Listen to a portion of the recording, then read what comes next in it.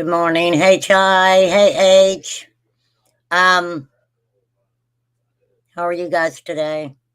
So, what I'm showing you guys right here is the pack and play and what was found, the substance in the pack and play. Now, I know there were a lot of questions, as in, was it tested? Was it not tested? We heard I believe it was a detective, talk about that, that it wasn't tested. And then we thought maybe it was tested when they started talking about all the evidence and stuff. But we're going to pop over here very quickly. And this is the witness testifying about what was in the pack and play. This is day 8. This is today. If you don't want to watch it here, please feel free to go watch it on Court TV. I pulled the picture up from WTOC. I will put that in chat here in just a minute and put the link into it. So this is day 8. The first witness that testified today talked about the DNA, getting the DNA from Leilani and Billy Joe to conduct on the evidence that was found, Quentin's remains, etc. This woman's testimony here is going to be very interesting in different things that she actually tested for. So we're just going to get right to it today. I'm also going to be talking about 2 other cases. I've been following the Sarah Boone case. I will be showing when she testifies. As soon as she testifies, I will be showing that here on this channel. And also, I was sent something that is really interesting. You guys will find it interesting when I get to it. I ain't going to tell you yet, but for sure. So let's jump right into this. This is the state of Georgia versus Leilani Simon, day 8. We're talking about little Quentin Simon. He was discarded and ended up in a landfill where many individuals gave weeks to find this baby. FBI stated they knew in their heart that Quentin was in that landfill from very early on. Day 5, they felt Quentin was no longer alive. So they were spot on with what they were thinking. Absolutely. So let's hop into this. I will be commentating on it. If you don't like that, though, feel free to go over to Court TV. Not a problem. Could you please introduce yourself to the jury, spelling your first and last name? Sure. My name is Dr. Cynthia Lynn Morris Kukowski. That's Cynthia. Last name is Morris-Kukoski. And you're here today because you conducted some forensic toxicology analysis in this case. Yes, I did. Where do you work? I work at the FBI laboratory in the chemistry unit. And what was your official title or position? I'm a forensic examiner toxicologist for the chemistry unit. And how long have you been in Toxicologist. that position? I've been in that position for over 20 years. And what sort of things do you do there? As a toxicologist, we work on biological evidence, things as blood, urine, vitreous, vomit, tissues, and sometimes foods and other stains. I'd like to ask you some questions about your education, training, and experience. Okay. Let's start with education. Can you tell us about what education you have that puts you in a position to do the work you do? Sure. I have a bachelor's of science in pharmacy from the Massachusetts College of Pharmacy. I have a doctor of pharmacy from the Massachusetts College of Pharmacy, a clinical residency in clinical toxicology from Hennepin Regional Poison Center. And what about training? At the FBI laboratory, we undertook a 2-year extensive forensic examiner training. It breaks down into both written didactic tests in various subjects, as well as competency tests on various items of evidence in various exams, as well as moot courts. And in terms of experience, you said you've been working there for how long? Over 20 years. Could you give any kind of a ballpark whatsoever about how many cases you've done forensic toxicology casework in? A gazillion. I couldn't even begin to. How many zeros is that? Yes, that's an over-exaggeration, but A lot. oh yeah, a lot. Have you testified as an expert witness in court before? Yes, I have. I've testified in various military tribunals, as well as grand juries, state and federal cases. And in those instances, have you been accepted by the court as an expert witness? Yes, I have. I would offer Morris Kukowski is an expert in the area of forensic toxicology. No objection. The witness is qualified. I want to ask you some questions about your work in this case. Okay. Did you perform some analysis in this case, the Quentin Simon case? Yes, I have. At some point, did your lab receive from the agents in Savannah here a pillow and a pillowcase? Yes, we did. And were you asked to look at that to see whether it was suitable for forensic toxicology analysis? Yes, I was asked to look at it. And can you tell me what the results of your review of the pillowcase? After visually looking at the pillow inside the pillowcase, I deemed it unsuitable for toxicology analysis, meaning either the debris or stain that was on there was too small and just couldn't be analyzed. Is it the case that you need, if you're trying to do forensic toxicology on stain of some sort, that you need a certain amount to be able to get off the ground in the process? Yes, I've analyzed various stains over the years, be it urine stains from someone peeing their pants, vomit stains from being over an item after someone's had too much to drink, as well as blood stains that may or may not contain sweat stains. And basically doing this over 20 years and putting samples, putting some solution on various types of clothing or other household items, we look at the amount of volume that it takes for the particular procedure. And then by putting that on objects, I've pretty much gotten to the point where I can tell you that for most items, I need to cut a 2-inch by 2-inch square piece of material with a stain on it. And your assessment. I want to show you guys this again. She's saying this wasn't enough for testing. This wasn't enough.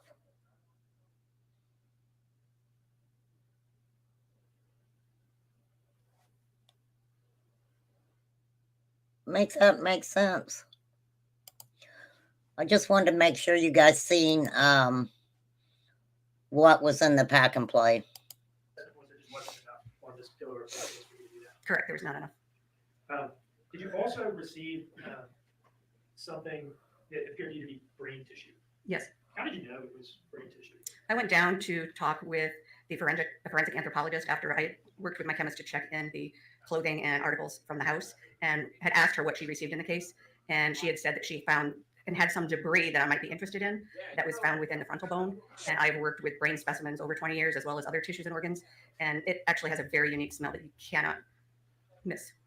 Now, the forensic anthropologist that you were talking to about this, who was that? That was Dr. Christensen. I'd like to approach with what's been Hey, Birdie. Exhibit 78 and identified as some images from Dr. Christensen's bench notes.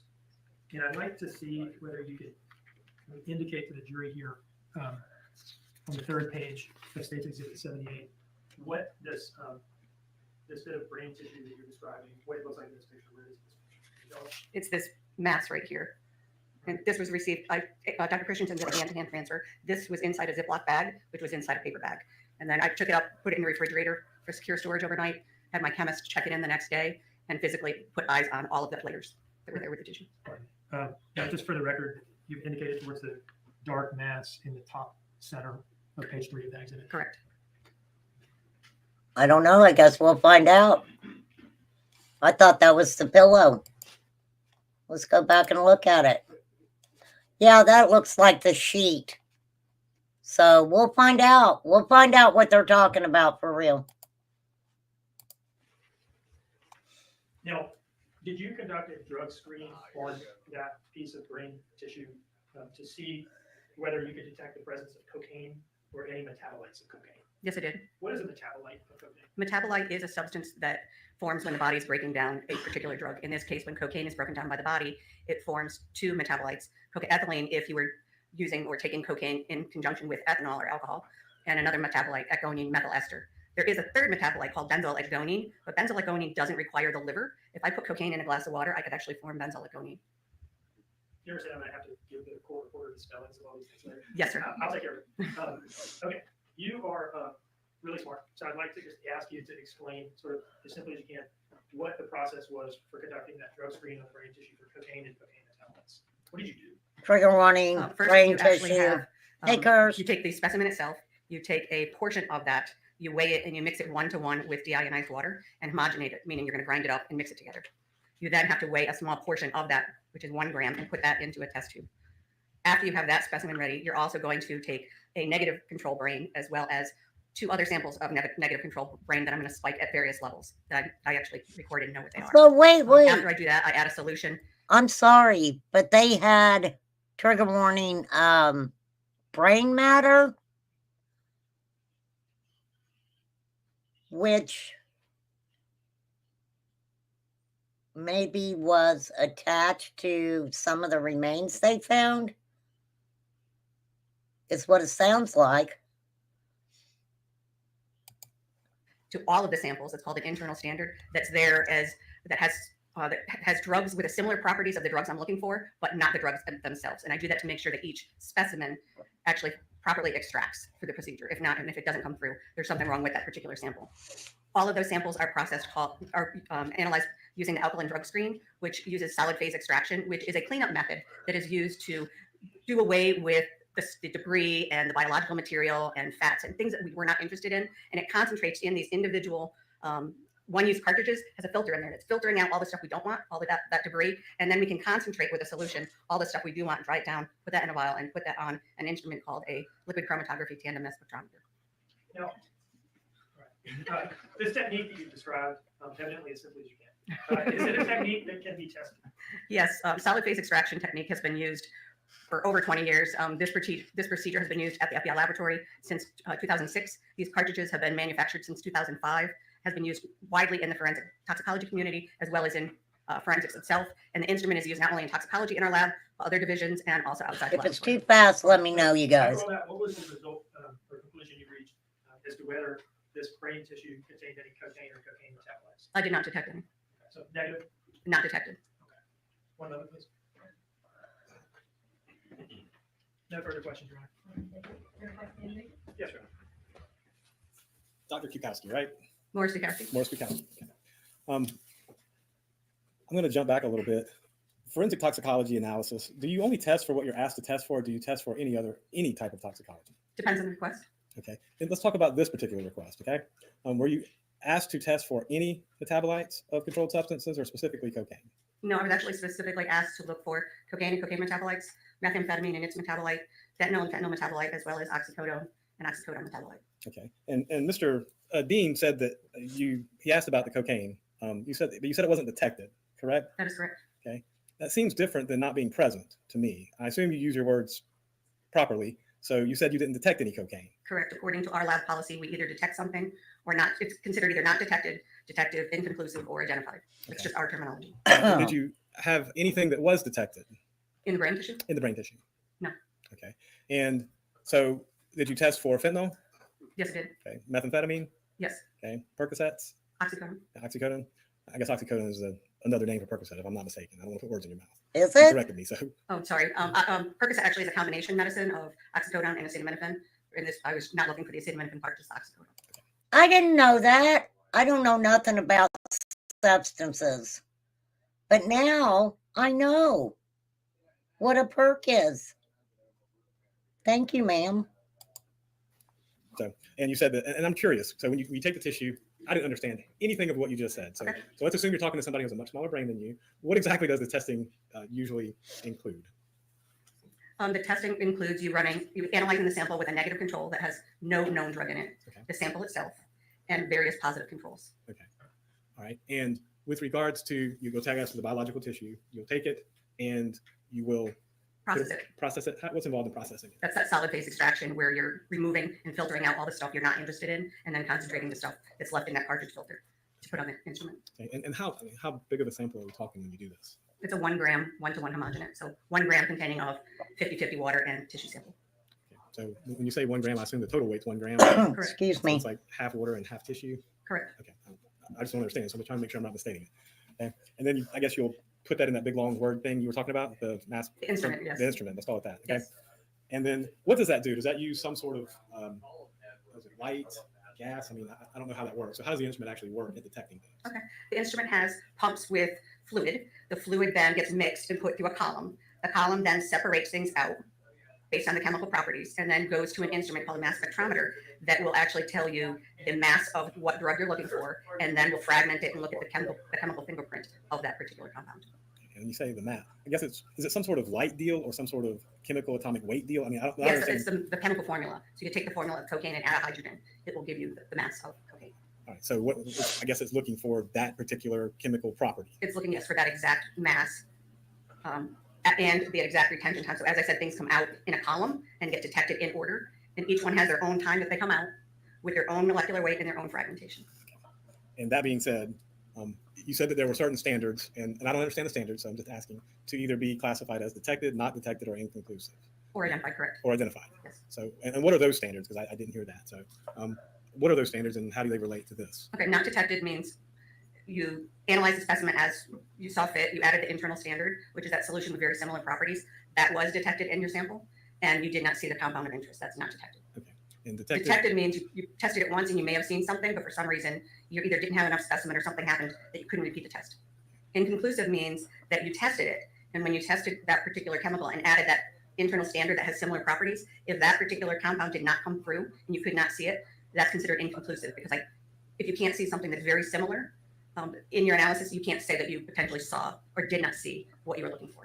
And just to draw conclusions from this, so in this particular case, having the sample that you tested, all you got the result, and I assume it was not very much because I look at the picture if you saw it. You got the picture of Mr. Bean. I didn't see. If you would show me the, I guess this was the item. Was that the item, or was this the item? That. Okay. And so that was the item. It's States Exhibit 78, item number 3 on second. So that was the piece that you tested, and The portion of it. that portion of it at least. And with regards to that, I think that's all the questions I have, because I think you've explained everything to me, so I understand it, but I'm trying to make sure. You weren't able to test the pillow or pillowcase, correct?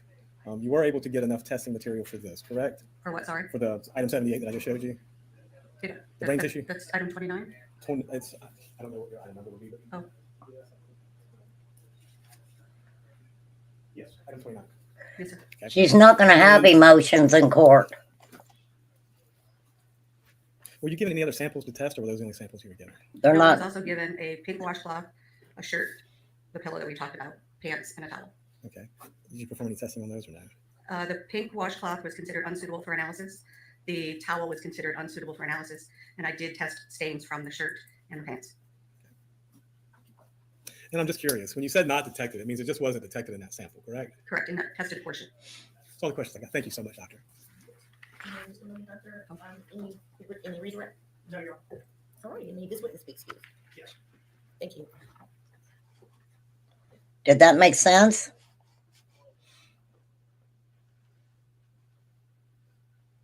Well, I think that's a no-win situation for her.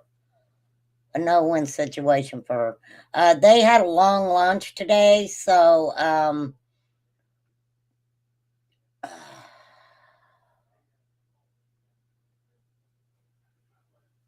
they should be coming back here pretty soon. I know I started a little bit earlier than what I planned to. So we're just waiting for them to come back from lunch. Should be any time.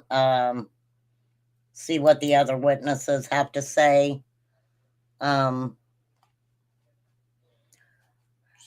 a no-win situation for her in court.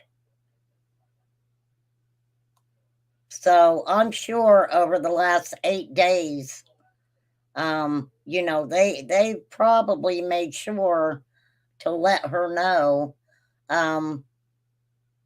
we've kind of got her on different things for sure. So I'm just going to stop that.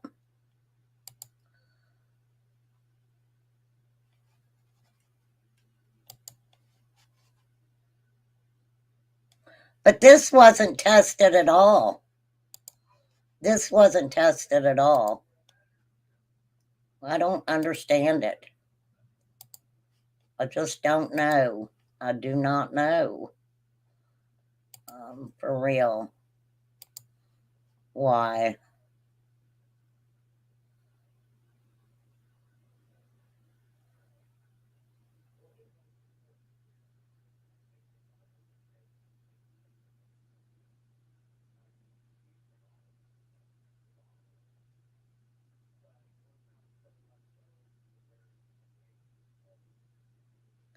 I think Birdie's asking you what are your qualifications?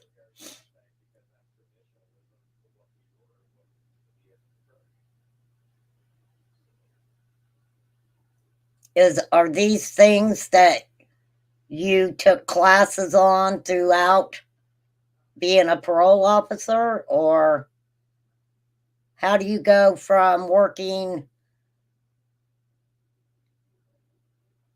in parole to what you're doing now? I think that's what she's trying to ask. And I could be wrong.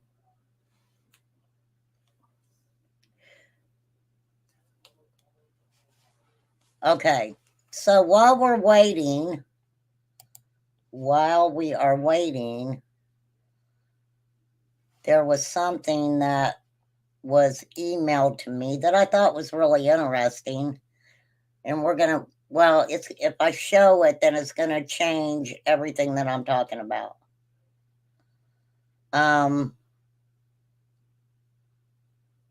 There is I hate to switch over to that too. Court, they said on lunch until 1:30. He was his. What's up?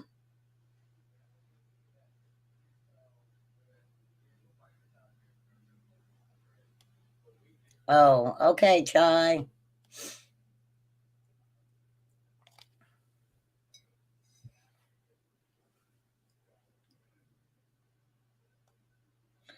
Oh, did you text me? I don't know where my phone's at, Flies. I didn't hear it. You can text me anytime you want, lady. Whenever you want, lady.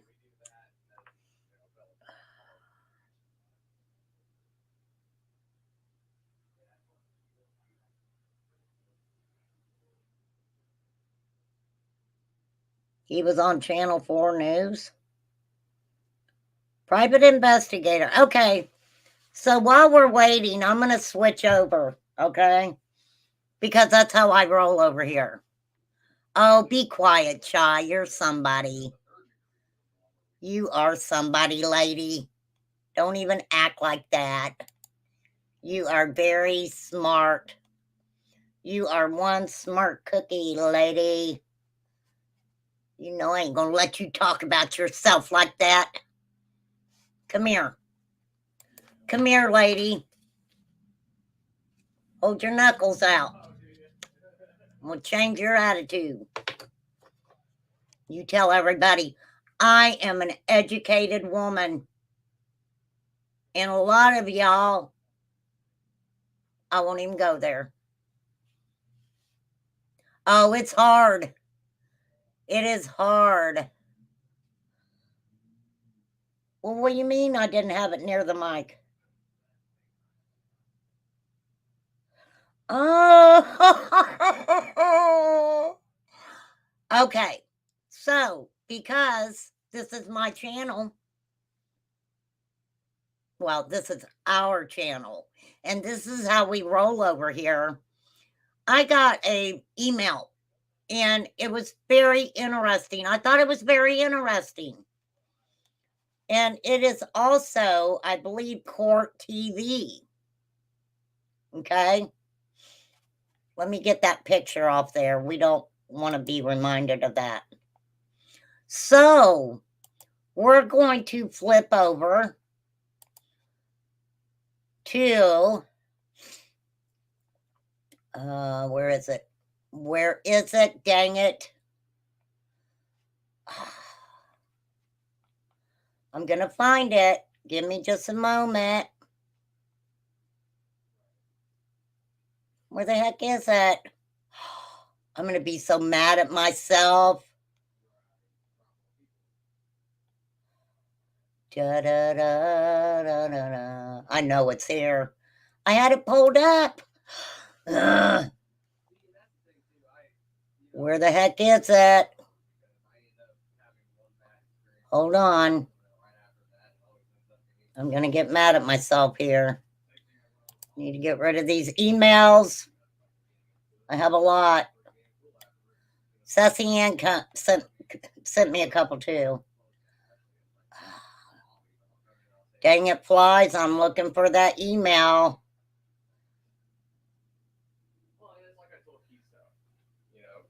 I just had the freaking thing pulled up. Hold on.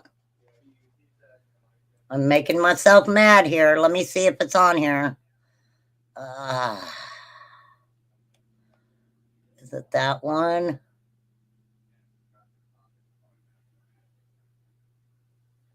Let me see.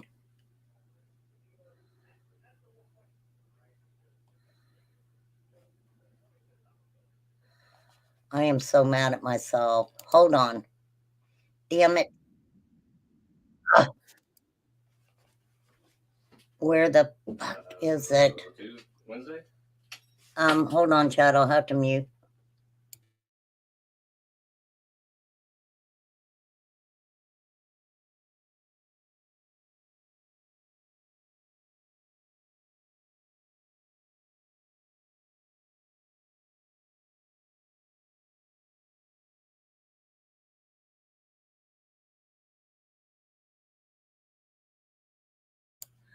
Dang it. I'm looking for the email of Seth Rogers and Tony Mathis talking to Vinny.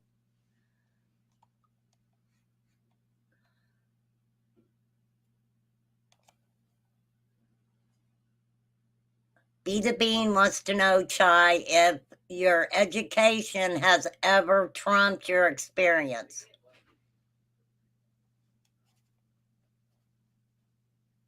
The email where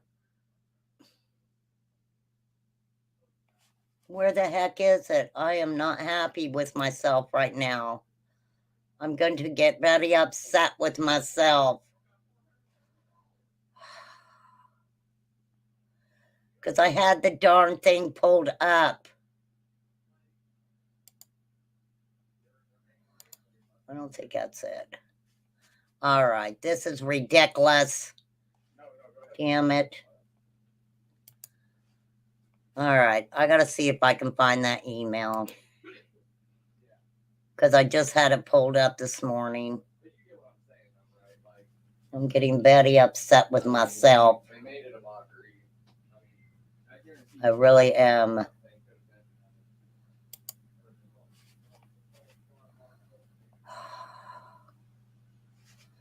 I just pulled it up earlier. Oh, I have it right here. I have it right here. Okay, this is from a channel called, hold on, Titanium Built. You guys go check out Titanium Built. This is on my email, so I'm not sure how to drop a link to this channel when I have it in my email. Hey, Debbie. But we are, that was back when Betty went to court. I got it. Flies. I found it. All right. So, we switch things up over here. You never know what you're going to get. So, this was a deleted court TV interview with Seth Rogers and Tony Mathis.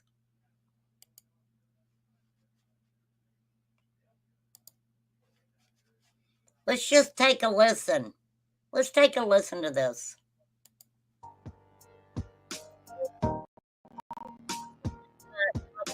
Nope. Got it. And then Flies got it and sent it to me. Thank you, Flies. Hey guys, and welcome back to the channel where we do talk all things true crime. If this is your first time here, hi, hello, and welcome. My name is Tanya, or Titanium Built. You can call me either or. I don't prefer one over the other, but we're going to go ahead and get right into the tape or video that I wanted to show you. So Seth Rogers and Tony Mathis went on an interview after Bullhorn Betty's court hearing, and they said some things. They said a lot of things that were very inappropriate, and Court TV decided to take the interview off of their channel. It's scrubbed from the internet. I cannot find it Holy anywhere. moly! Good thing we have a copy. So I'm going to go ahead and play that now. You, If you guys Tanya. don't mind hitting the like button, if you appreciate the content, don't forget to subscribe to the channel, and let's go Look ahead and get who right into it. Seth looks like also. Rogers family spokesperson, Tony Mathis, as well. Thank you both for coming here. What's your reaction, Seth and Tony, to what happened today or yesterday in court with Bullhorn Betty? And what are your thoughts about Bullhorn Betty and what she's been doing? Well, Vinny, first off, thank you for having us tonight. Let me be crystal clear about something. That entire family lied under oath to get those protective orders. This family has spent more time trying to silence people than they've spent looking for Sebastian. Do you guys believe that? And this channel voices their opinion. My subs say their opinion. My mods, my members, we are all big in our opinion, people. Okay? It is on my banner. It is on my banner. Right. Okay? Hold on. My son just walked in the room. Right. You're messing with my mojo, boy.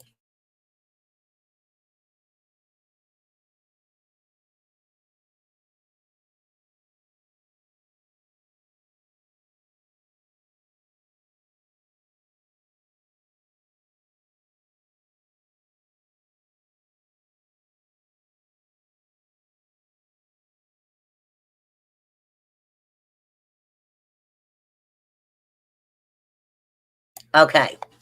So,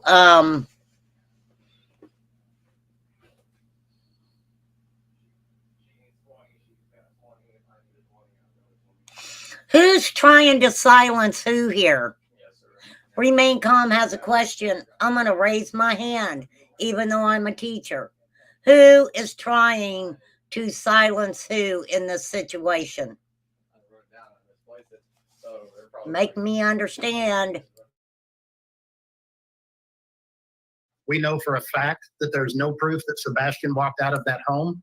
And it makes you wonder what else they're lying about, Vinny.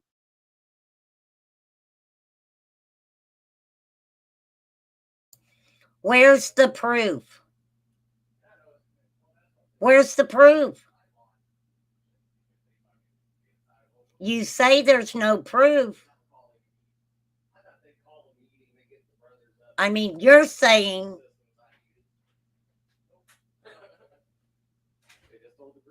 I wasn't there.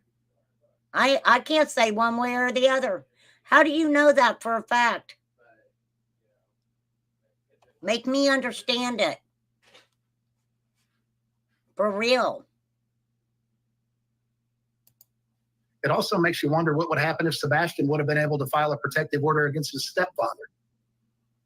Seth, your reaction to what happened and let me say this. They are putting out there that there are very questionable CPS reports that Seth has. But allegedly, CPS told him, you better not release those. Is there something to those or not? I don't know.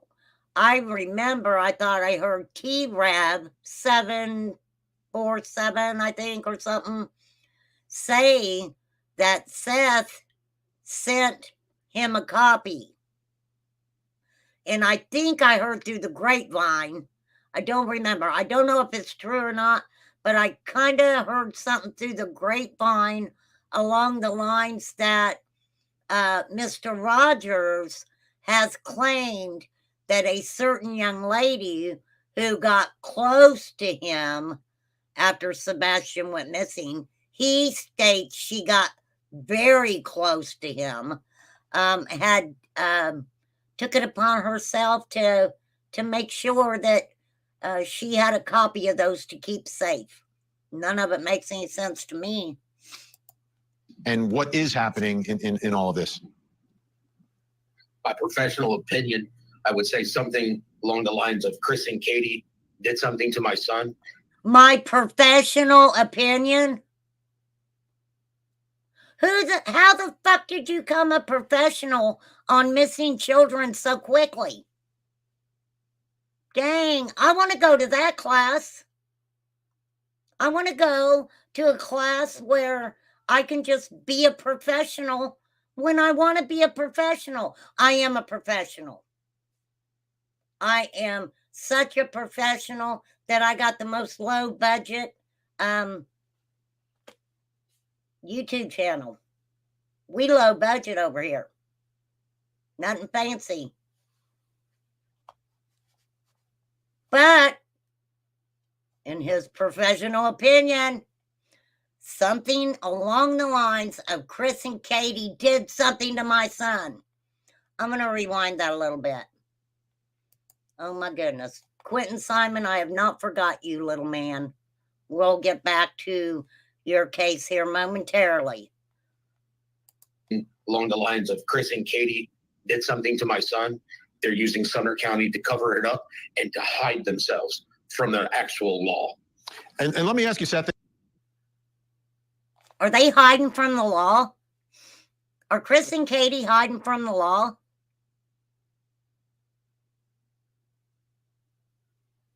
I didn't know they were hiding from the law.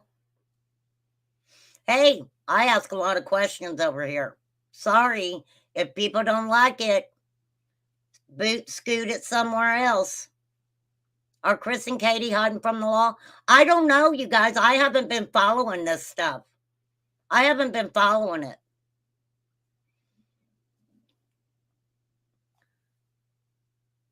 This is my opinion.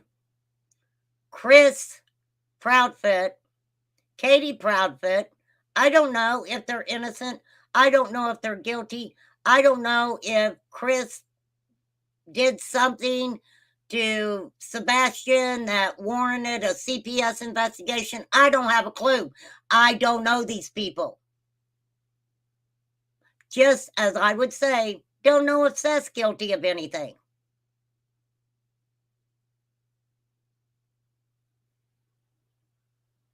I don't, truly. But just because the mother and stepfather of a missing 15-year-old boy will not come out on a social media platform and fight and argue and turn Sebastian's case into more of a SS than it already is.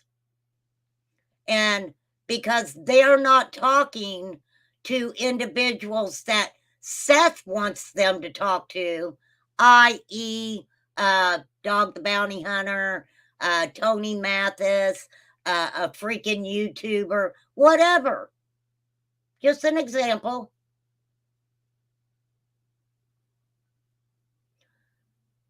Does not mean to me, because Katie won't talk to you, Seth, that she did something to Sebastian. And I might add, Mr. Rogers, that a lot of people, okay, not necessarily my opinion, I don't know if you're guilty or not. Many people think that what has transpired since Sebastian went missing, you, sir, are making yourself look some kind of way. For real. I'm just saying what everybody's thinking, what other people are saying. Like I said, not necessarily my opinion. I don't know.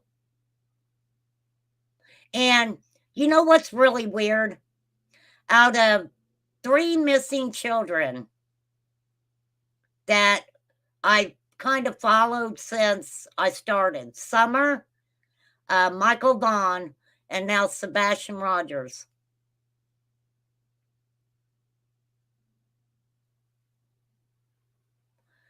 I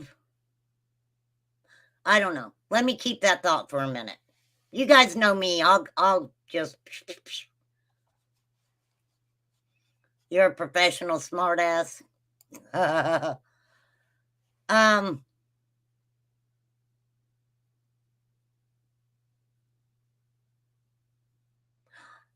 There's a lot of stuff I don't understand with this. And like I said, I always try to watch the first interviews and I don't watch the nonsense. But it's strange to me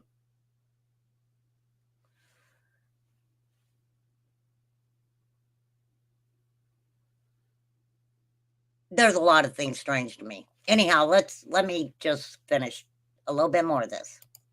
And we have no independent information. We know that police are saying there's no suspect. No one's been named as a suspect in any of this. But this seems to be, at least from my perspective, Seth, is it a change in the way you are seeing what has transpired through all this? Are you seeing things differently than you did before? It's the evidence. I still believe my son is alive. I still believe he's somewhere.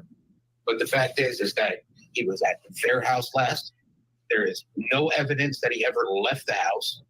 And they, as Tony has stated, they have spent more money and time trying to get people to not speak about Sebastian than speaking about Sebastian.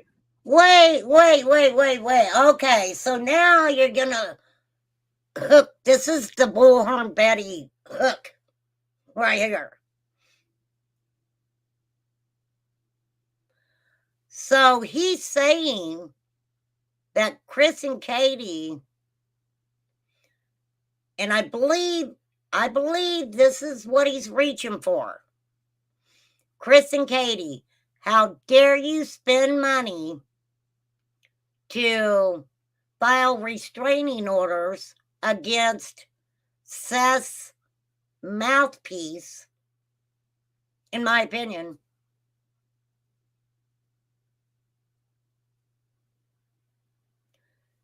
to make people, no, sir.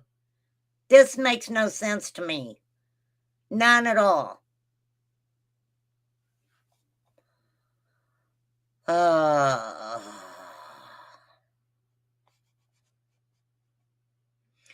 I think, Bertie, if there's going to be changes in social media and criminal case discussions, then Mr. Seth Rogers, he needs to abide by that also, in my opinion. I will stand by that opinion, that I believe a lot of the chaos and bullcrap, he set the tone for that. He set the tone for that when he came out on social media saying the things he was saying. And he felt that everybody was supposed to give him some hugs and loves because he's got a missing son. Now, of course we feel horrible for him. But that doesn't mean that we don't have the right to sit and not agree with what he is saying for real.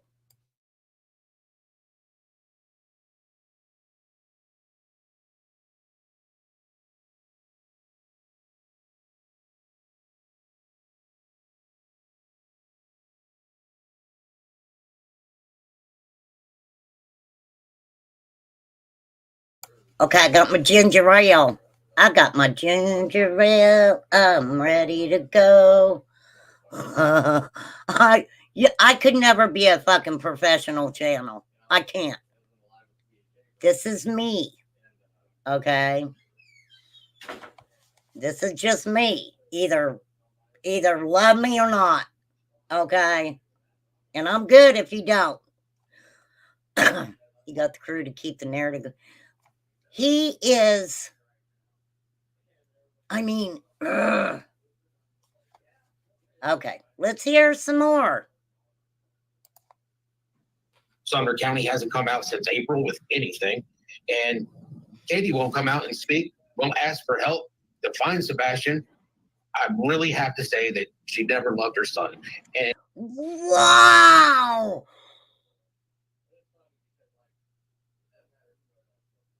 Seth,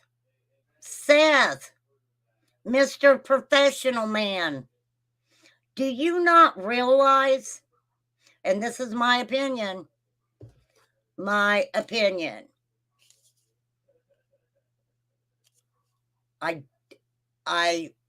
don't know, Seth, if you didn't know how this they say true crime community that started their channels off another little missing girl named Summer Wells. I don't know if you thought that you were, there's some people on these YouTube streets with some pretty big freaking egos, my man. And you come in, and in my opinion, you're a narcissist, okay? You know, there's a lot of narcissists. But anywho, you came in and totally my opinion, I believe you wanted to find your son. But we watched you not even care, in my opinion, what law enforcement was even doing. I felt like everything that you were doing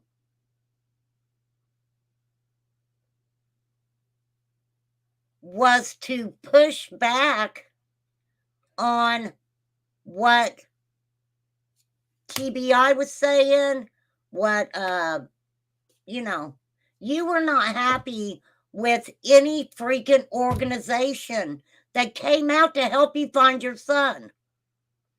Nobody was ever good enough. Nobody was ever good enough. And so now you're filing this RICO UPEPA slap shit. When in my opinion, sir, your name should be on that list in bold letters.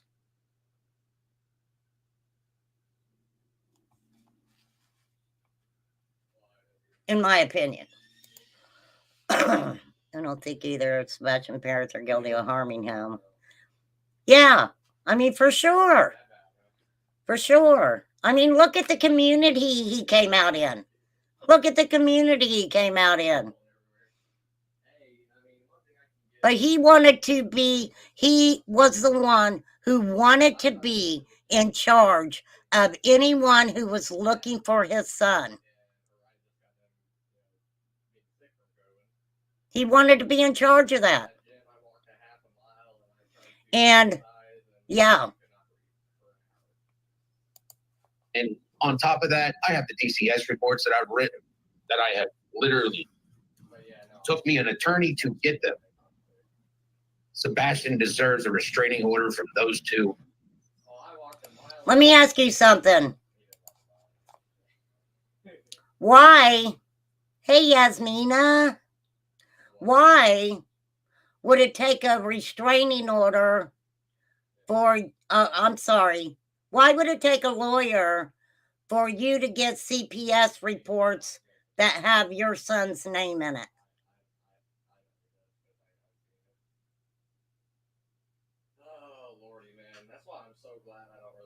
You may not be able to show the reports, but you could actually show people the dates that the so-called incidents were supposed to have taken place.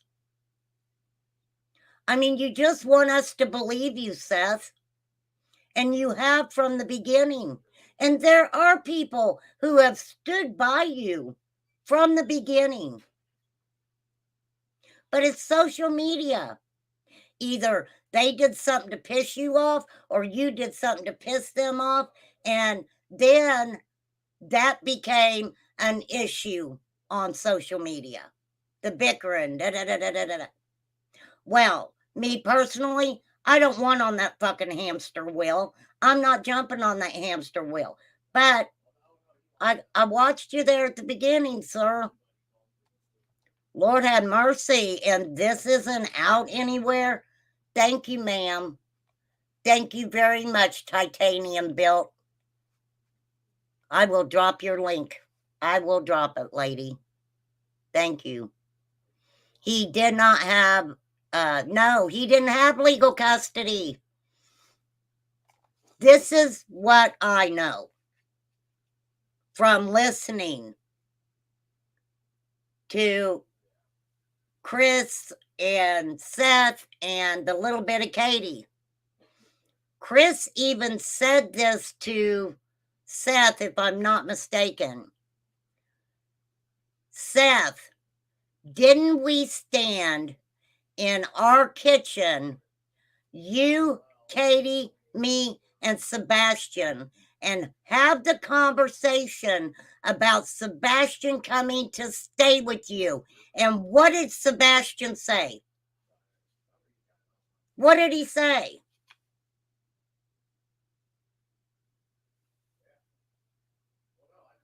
I think people know what he said. In my opinion, allegedly, hearsay, however you want to take it, fair use, copyright disclaimer.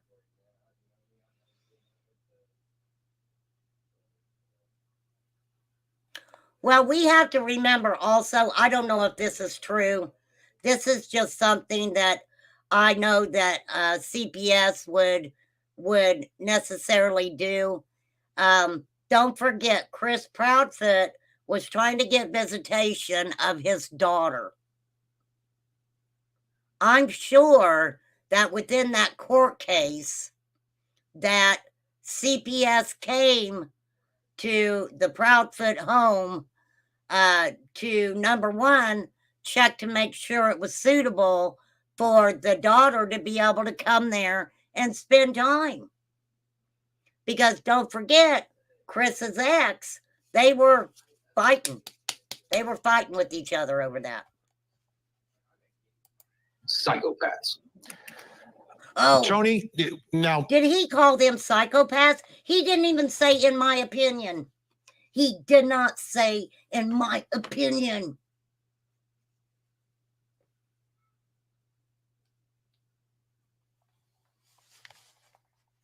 Huh. How about that? you've accused them of lying, the Proudfoots, right? So what were they lying? What were they lying about from your perspective? And again, we have no independent information or confirmation that they said anything that was untrue or verification that what they said was true. Like either way. Thank you, Vinny. But what were they lying about from your perspective, and what's the evidence from your perspective that they are not telling the truth? Well, they actually were lying, and it was proven in court that they were lying about what they stated in the protective orders, which was that That has nothing to do with Sebastian. Zilp, nada, nada, nada.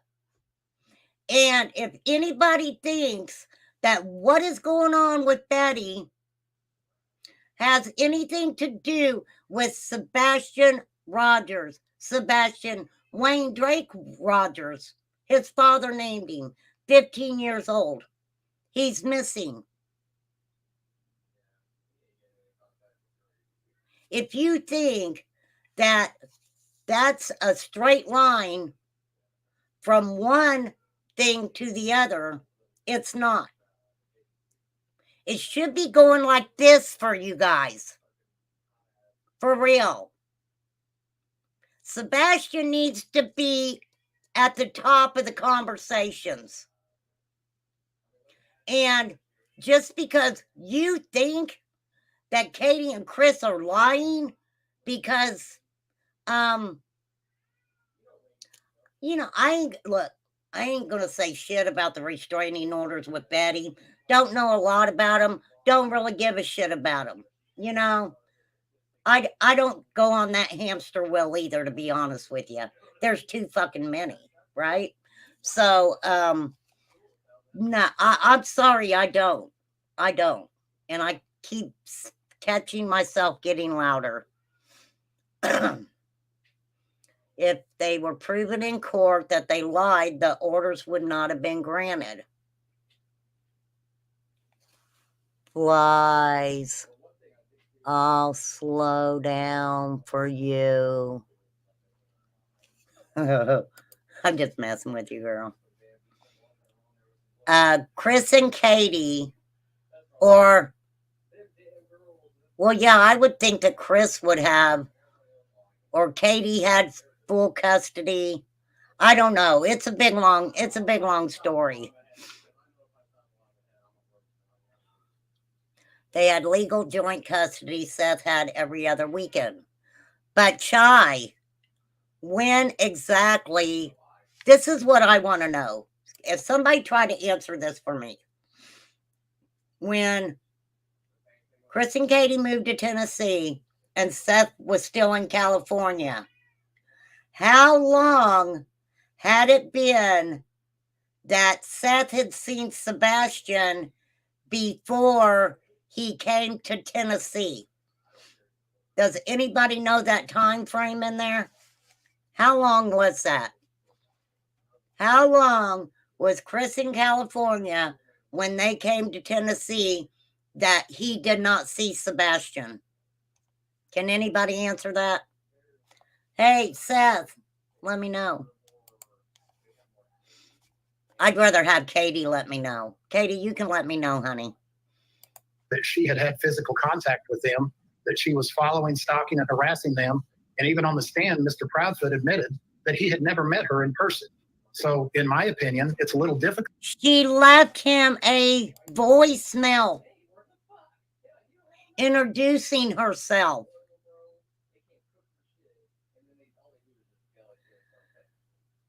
In my opinion, when y'all had your little powwow over there, you were all saying some things. You want to talk about getting subs riled up? If I'm sitting over here on this channel and I'm talking about waterboarding, for instance, unfortunately, this is social media. I mean, we talk about wankers. My people coming in, woo, it goes way up. That's just an example, for real.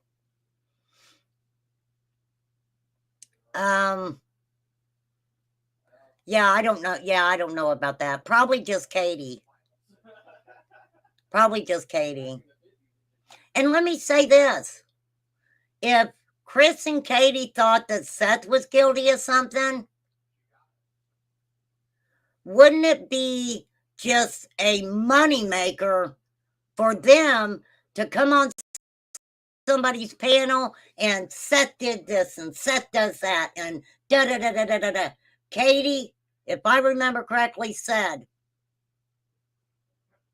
she wasn't going to talk about you, Seth. She wasn't going to talk about you. And I'm not a psychologist or anything, but I think that eats you up, man. I think that's eating you up. Difficult to be stalking somebody that you've never met in person. And it goes to the many inconsistencies that have been told by Mr. Proudfoot since the very first interview. Not one of What has he said? What has he said? I want to know the inconsistencies on what he has said, and I want receipts. Okay, that's all y'all got to do. That's all y'all got to do. Show the receipts. his interviews have matched up, Vinny. And when you say the interviews haven't matched up, you're not talking about, so I just want to make this clear to everyone watching. You're talking about the disappearance of Sebastian, not about Bullhorn Betty in this case. Ding, ding, ding. Ding, ding, ding. Are you talking about Sebastian going missing, or are you talking about Bullhorn Betty's case? Great question, Benny. Yeah, the Bullhorn Betty lies were just another long string in the lies that they've told since the beginning. If you go back and break the interviews down from the very first interview they did all the way from Nancy Grace and beyond before they quit coming out in public, you can see one inconsistency after the next. And the great thing about telling the truth, Benny, is when you're doing that, it's always the same. It doesn't. The only thing I know that, okay, so Chris and Katie came out on Duchess's channel, one of the first interviews that they did. They came out on Queen Bee's channel and were talking about things that Sebastian liked and things like that.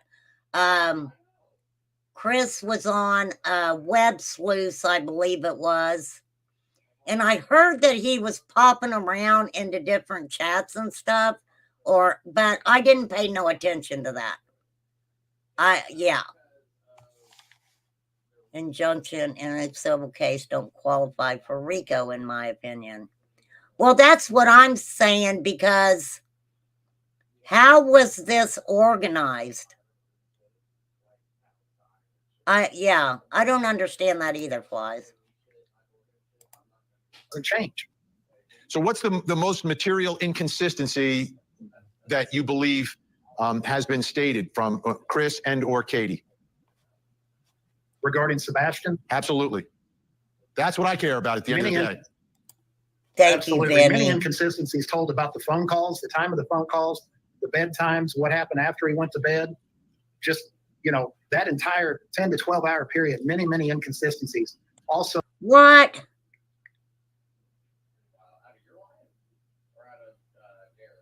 Okay, whatever you believe there, Mr. Mathis. not rock solid alibis, and a lot of time that's unaccounted for. They were also, probably the biggest thing, Vinny, is that they told Nancy Grace that they were told by TBI not to take a polygraph, and we found out later from TBI that is 1000% not accurate. That is not what was said. I don't think that's what was said. From my understanding about the lie detector test with Nancy Grace or whatever, and this is just from my understanding, I could be wrong. Hey, bro, if I am, you guys tell me I'm wrong, okay? I want you to tell me I'm wrong if I'm wrong. My understanding of that was Nancy asked him to take a lie detector test, Chris Proudfoot. He said he would or something, and then he said that he would rather take one with TBI first or something like that. I don't know if he ever took one, but I do know from my understanding that it was verified that he was not at that house. He was not there. He was somewhere else working. I could be wrong, and please show me I'm wrong if I'm wrong.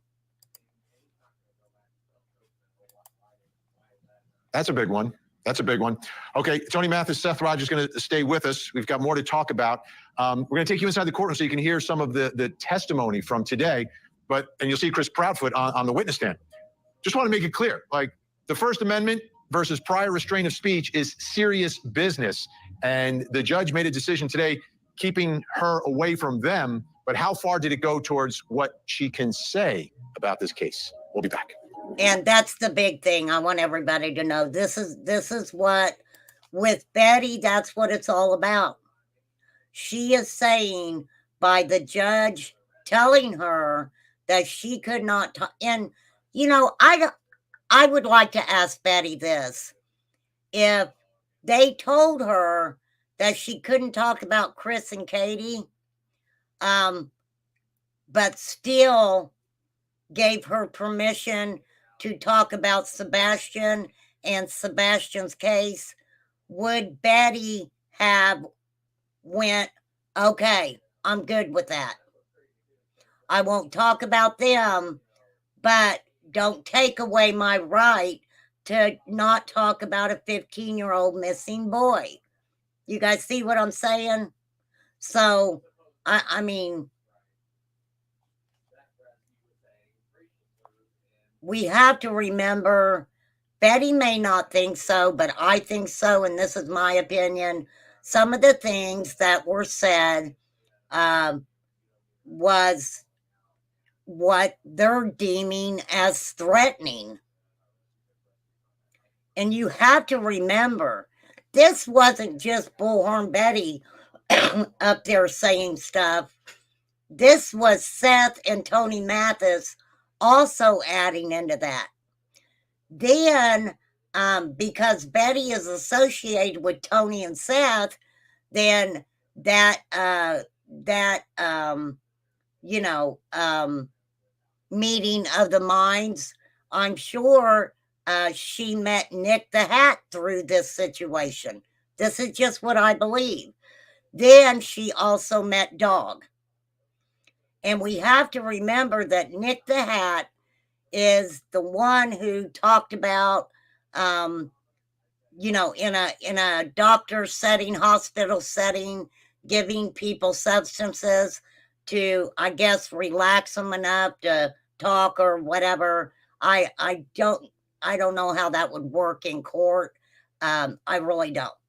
But so would that in itself make Katie and Chris even more paranoid about seeing Betty out and about everywhere? That's a good question, right? But yeah, if anybody sees Betty, ask her. If the judge would have said, do not talk about Chris and Katie, but I still will allow you to talk about this 15-year-old missing boy, would she have said, okay, I won't bother them no more, I won't talk about them no more? So I get it, Betty. Even though you say I'm a bully.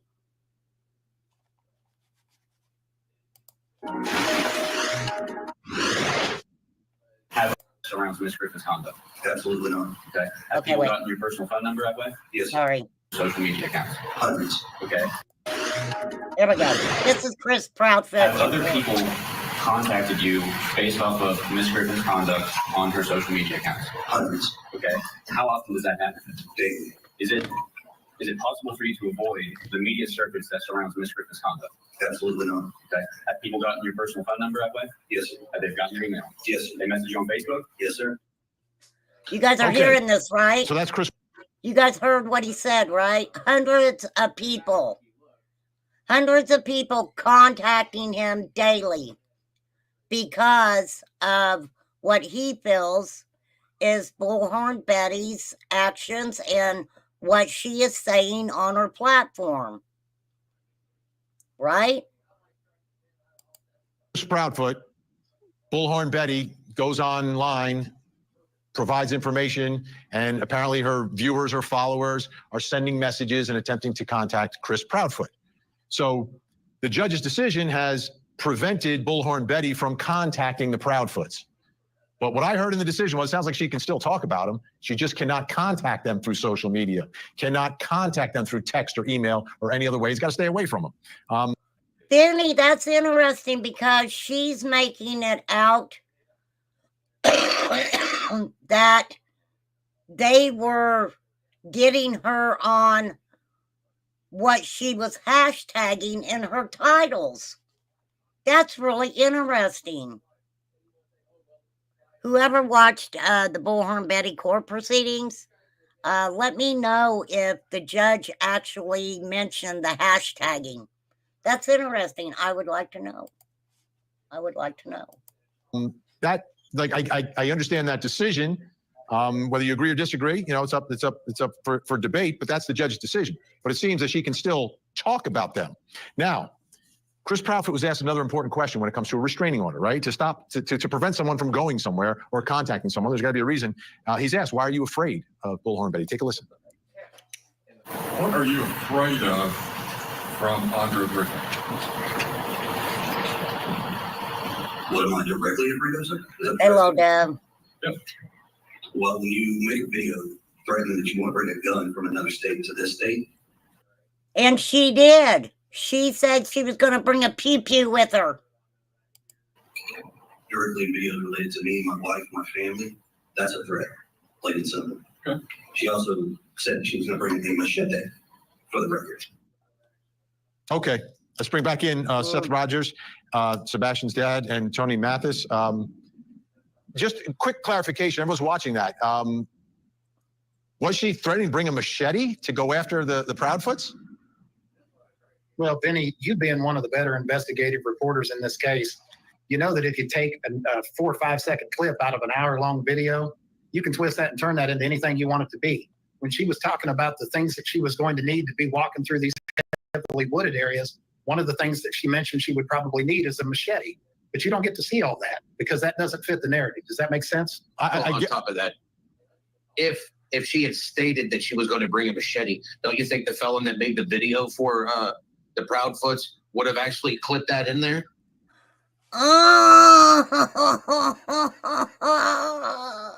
Who's he calling a felon? Who made the clip? I have to know. Not that I care if you're a felon or not. For real, I don't. I just kind of want to give you a high five on it. Oh my God. This is hamster wheel a turning.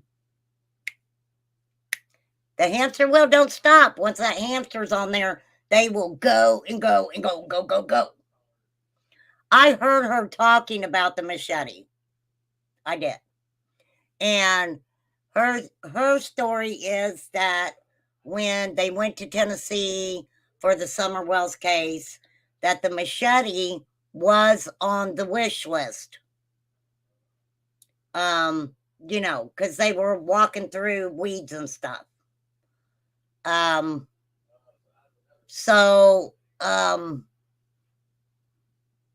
That's what she said anyway.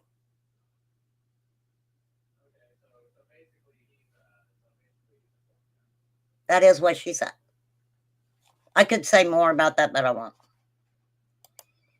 And it wasn't clipped in there. And if you notice, the attorney, that shyster that was sitting there representing the Proudfoots and the Bowerstocks, when they asked them, why is he a shyster? Why is he a shyster? Oh, you're a professional. You would know who a shyster is, right, Seth? Just a question. Asked Chris the question, have you been contacted?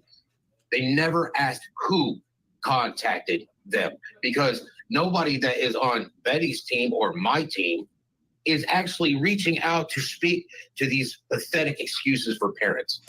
Whoa.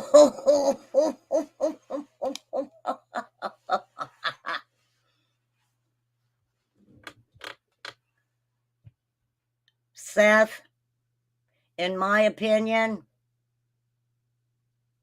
I don't find that to be true.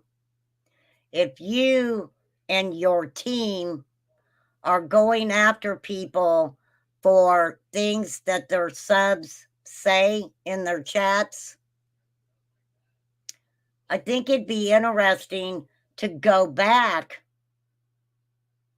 But I don't know if your content is there. I don't watch you. I really don't. I don't watch none of them. But it would be interesting to go back and read yours and Tony's and Betty's, and let's go back and look at all your chat. See what they've said. In my opinion, you are all, I understand what you're working towards is to get harassment and hate and stuff to stop. But how's it fair when I mean, it was rampant when you first came out on YouTube. It was all good for a while. But now all of a sudden, you know, when you dish stuff out on social media, you better be prepared to take what's coming back at you. That's all I'm going to say about that.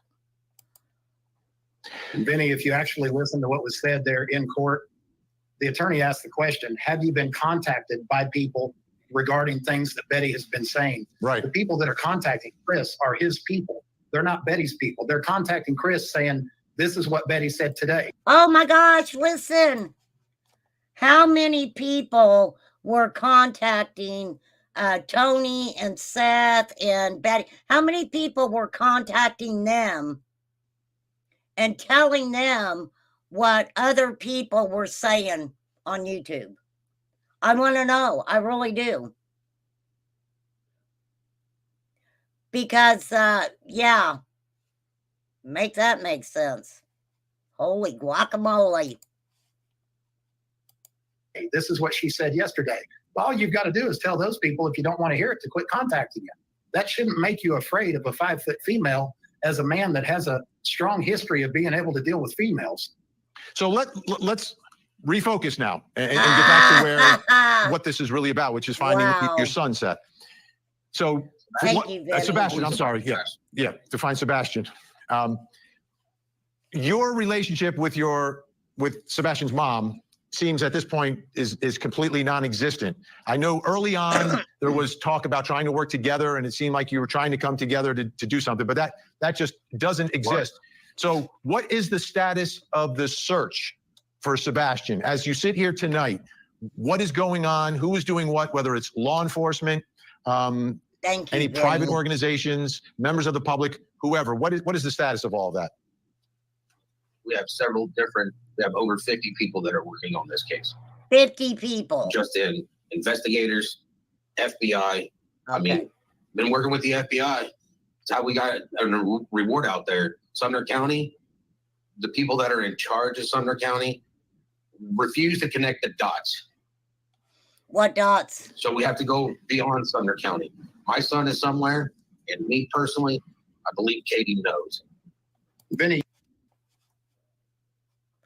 So it's okay for you to come on and say these things about Katie.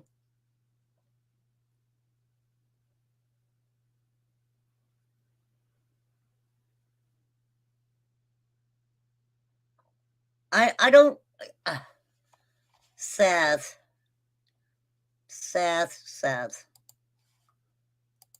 you can tell that we're a little bit more uptight tonight than we usually are.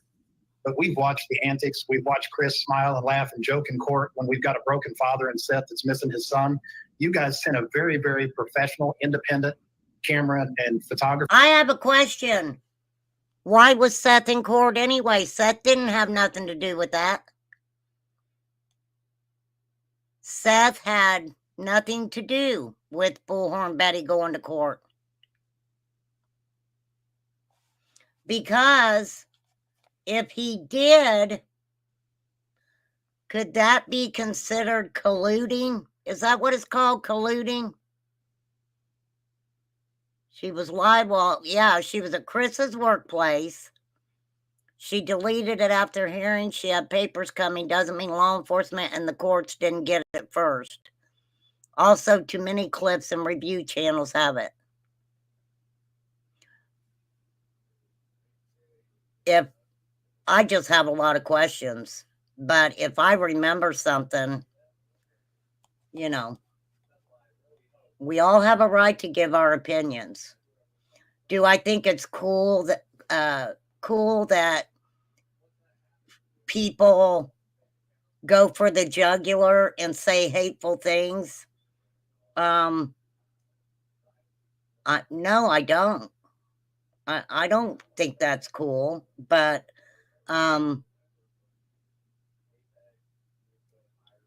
like I said, how did you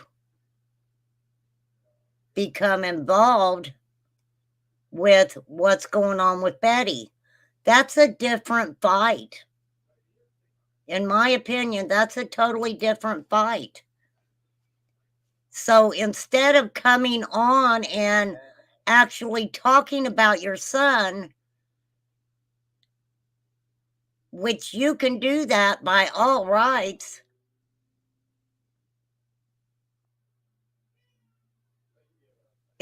it seems like it's more defending Betty and these restraining orders against Chris and Katie. But isn't that colluding when two people get together and shit like that happen? I don't know. I'm just asking. To cover this court case, a girl by the name of Athena. We found out after the court case was over that Chris looked at her and winked at her in the middle of the trial. Was flirting. We've got a real problem with that when there's a missing child. He's supposed to be married. Yeah. Vows not mean anything. This had to do with Betty. And who gives a fuck if he winked at somebody? I mean, come on, Seth. You're talking about and telling people that you had sex with a girl who came to you to help you find your son. You said it, sir. I didn't. You said it.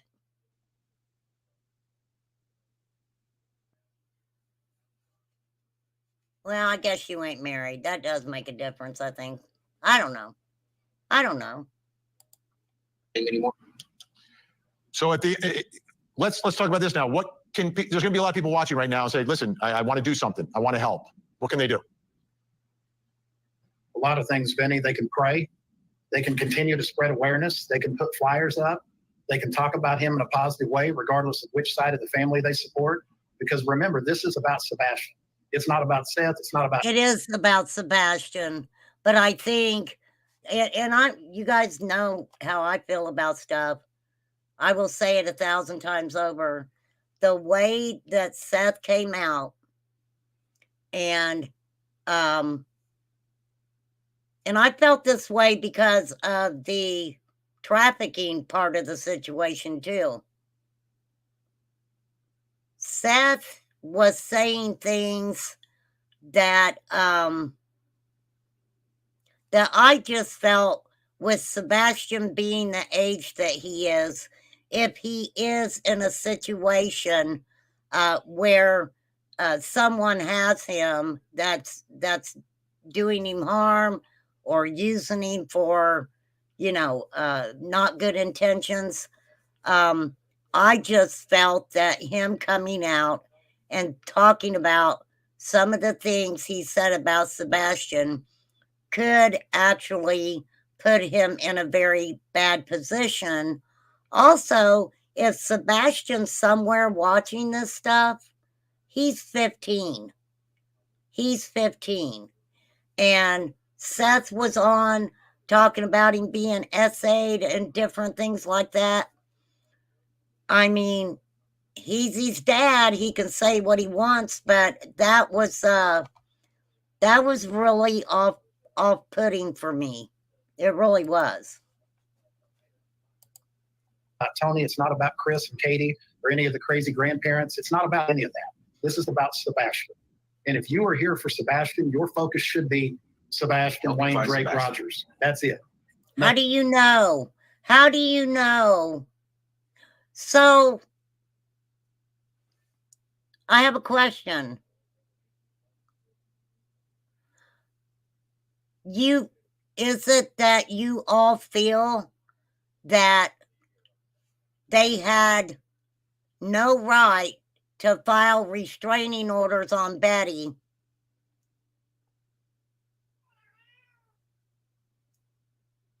that it should have all been made about Sebastian? It's very confusing. Nothing else. Absolutely. He's the one missing. Unfortunately, the judge wanted to sit there and offer his condolences for our loss. Seth, let me ask you a question. Were you looking for Sebastian when you were doing the deed with the girl that you outed on YouTube? Were you thinking about Sebastian then? I'm just wondering. Let me let my cat out. She drives me crazy. My son is missing. I understand that that judge's child passed away, and that made him emotional in this case. Judgment from the judge should have been blind to begin with. He was emotional, and I'm pretty sure my son is lost. He is alive. He is missing. All right, that judge buried their child. Seth Rogers. Sebastian is alive. Wow. Wow. We're out of time for tonight, but I appreciate it, and we'll stay in contact. Seth Rogers, Tony Mathis. I don't, Court TV, if you deleted that, why would you do that? Because let me tell you, with what's going on right now, in my opinion, this doesn't make them look very good. And also, Betty is in the background. I believe it's Betty in the background. So she is there also.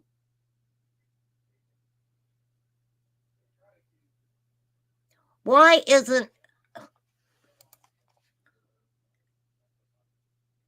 I believe, like I said, I don't know who's guilty. I don't know who's innocent. I don't know. I don't know. I can only say what different things that I think possibly could have happened. That's all I can do. I know some people think Katie is guilty, Chris is guilty of something. People even think Seth is guilty. And I think that the way, like I said, and I know people probably ain't gonna like me for this, but some of those creators in the Summer Wells community, true crime, you know, I seen him, and I'm not talking about all of them, but I think some of them, he was put on their panels for,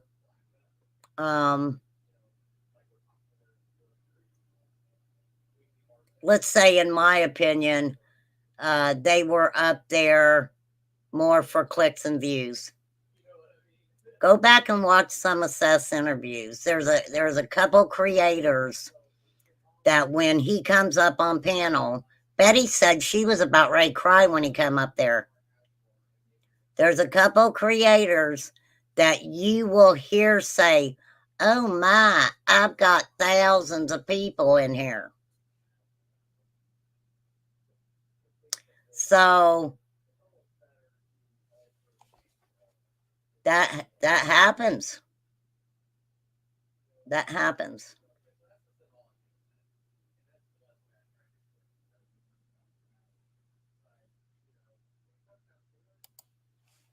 I think if you're not liked, you're not liked.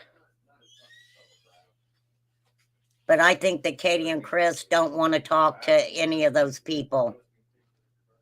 And there is not any proof. I've never seen anybody put out any receipts that Katie and Chris are not working with law enforcement. And that includes the TBI and FBI.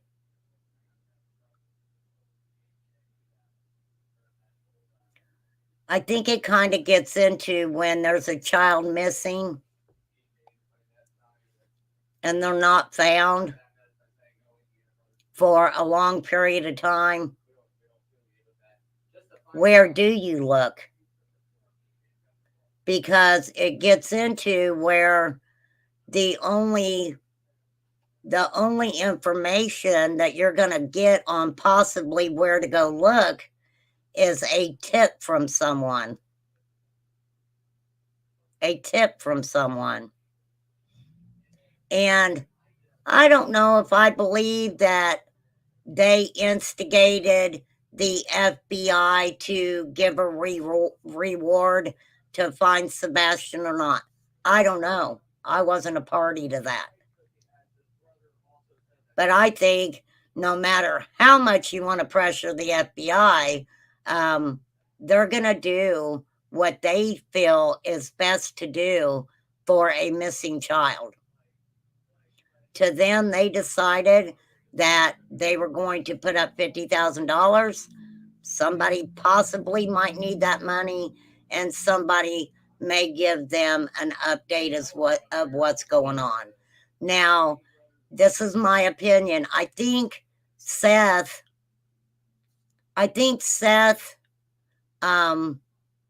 feels some type of way about Katie and Chris. There just seems to be I don't know, like I don't want to, I want to say like a jealousy, but maybe not so much as a jealousy as a resentment towards Katie. But if Seth don't understand the things that he said and the accusations that he has made against Katie and Chris, if he cannot in his mind understand why they will not have anything to do with him, they will not speak to him, they will, I believe, won't talk to anybody associated with Seth who's trying to help him find Sebastian. There's a reason for that. And it's sad to me that these individuals cannot understand that. For real. All right, let me see what we got going here in the Leilani Simon trial.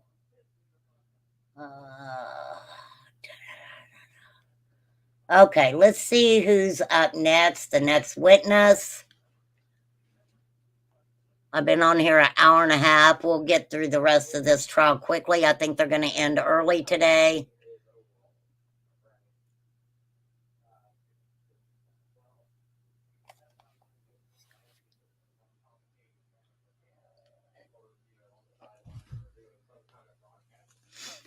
But somebody could say that. I mean, seriously, Seth. Just because you're not in the loop and told every day and talking to Katie 24/7, that you can say that they're not looking for Sebastian or don't care about finding Sebastian. I can guarantee you, sir, you don't know what they're doing with your money or their money, as well as they're not paying any attention to what you're doing with your money.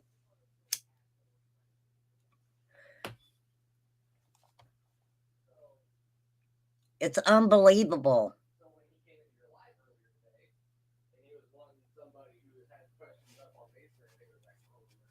When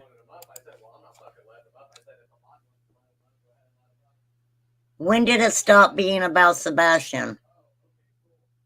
When?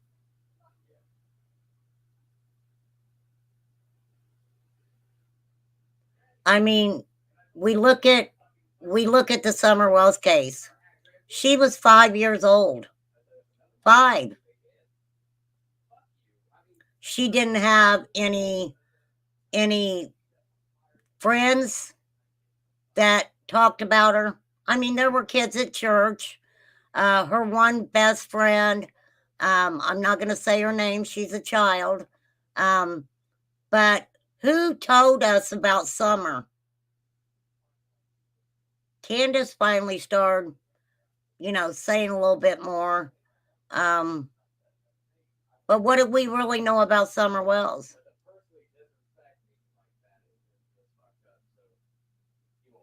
Sebastian Rogers.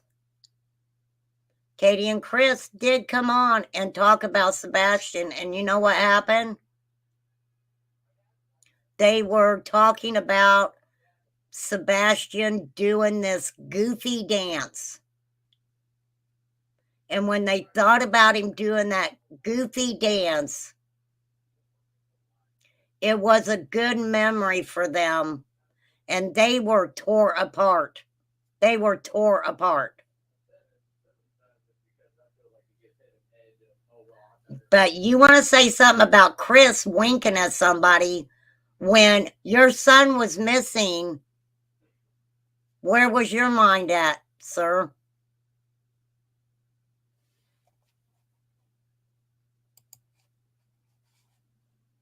Weird, right? All right, let's see who's coming up in this trial here.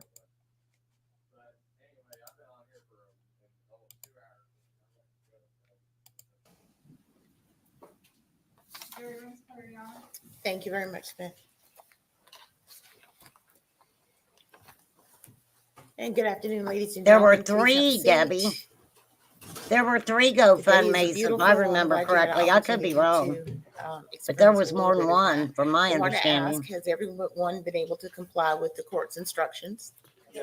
No one has spoken with anyone about the case, discussed the case.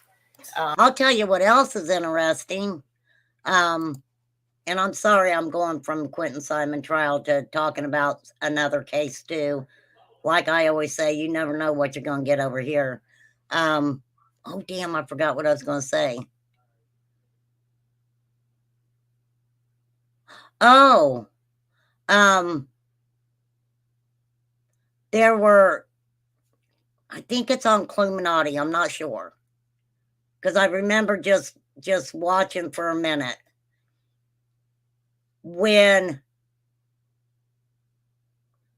she was showing other paperwork where, and somebody tell me if I'm wrong. I know I got Cluminati fans in here. I know I do. Something about, okay, Seth's got the 501c3, right? But prior to that, there was something else. Oh, I heard that Tony did say something about it, Debbie, but I didn't watch it, so I can't remember.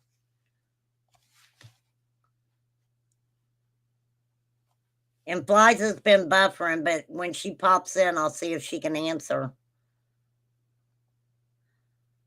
Yeah, that's what they're saying. Basically, they're saying that they've done nothing wrong. They have a right to say whatever they want to people. They have a right to do whatever they want to people, but don't you do it to them. In my opinion, that's basically what they're saying.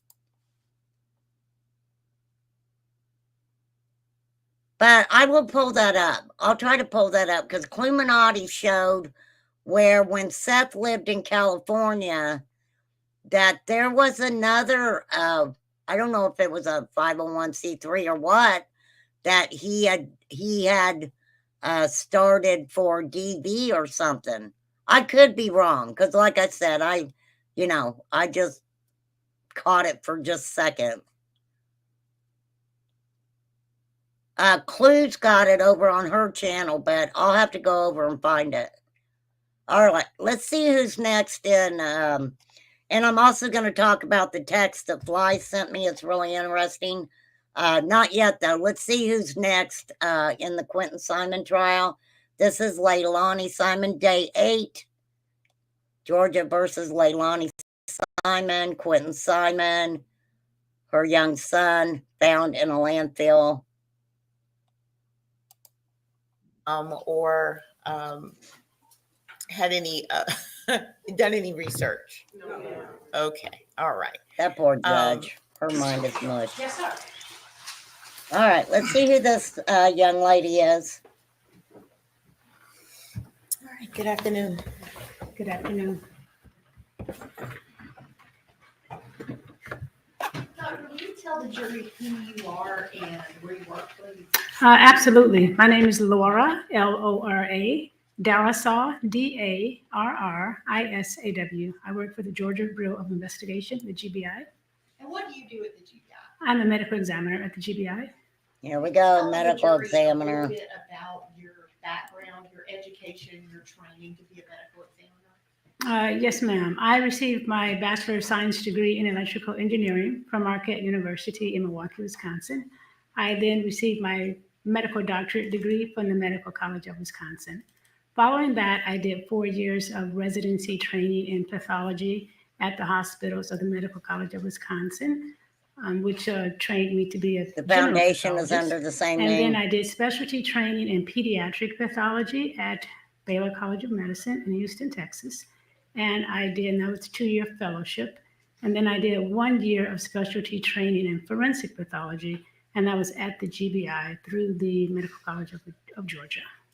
And how long have you been a medical examiner with the GBI? Since 2004. So about 20 years. Yes. Your Honor, the state would tender Dr. Darrisaw as an expert in forensic pathology at this time. I'm familiar with Dr. Darrisaw, there's no objection. All right, the witness is open. Thank you, Your Honor. And All actually, right. I think it We're was going to listen to this 2002, for a I'm sorry. couple minutes, you guys. 22 years. I'm not done talking about the other Can you stuff, though. explain to the jury just briefly what the duties of a medical examiner are? So yeah, primarily the duties of a medical examiner are to examine people who have died in certain circumstances. Generally, the circumstances are that individual has died suddenly and unexpectedly, or has died from unnatural type events such as traumatic events. And the purpose of the role of the medical examiner is to determine the cause and manner of death by doing an autopsy. Tell them also what an autopsy is, since you mentioned that. Please. So an autopsy is an examination of a person who's died. There's two major components to the autopsy. The first component is external examination. The external examination is very similar to the type of examination that we get when we go to the doctor as live people. We get our height and weight taken. The doctor examines our external body, and that's what the pathologist does. And then in an autopsy, there's also an internal component.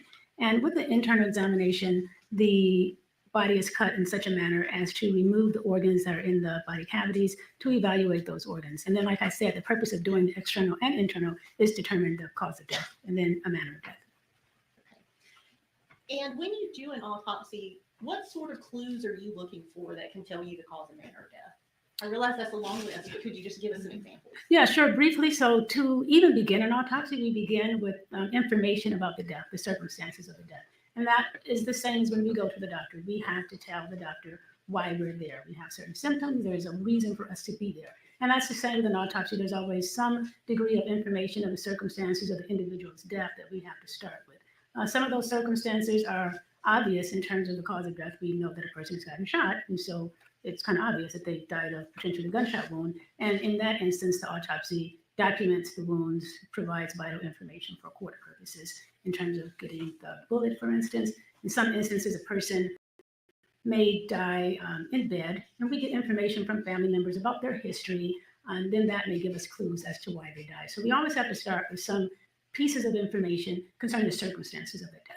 All right. And is looking at someone's medical history a normal part of performing an autopsy to see what sort of health they were in? That's correct.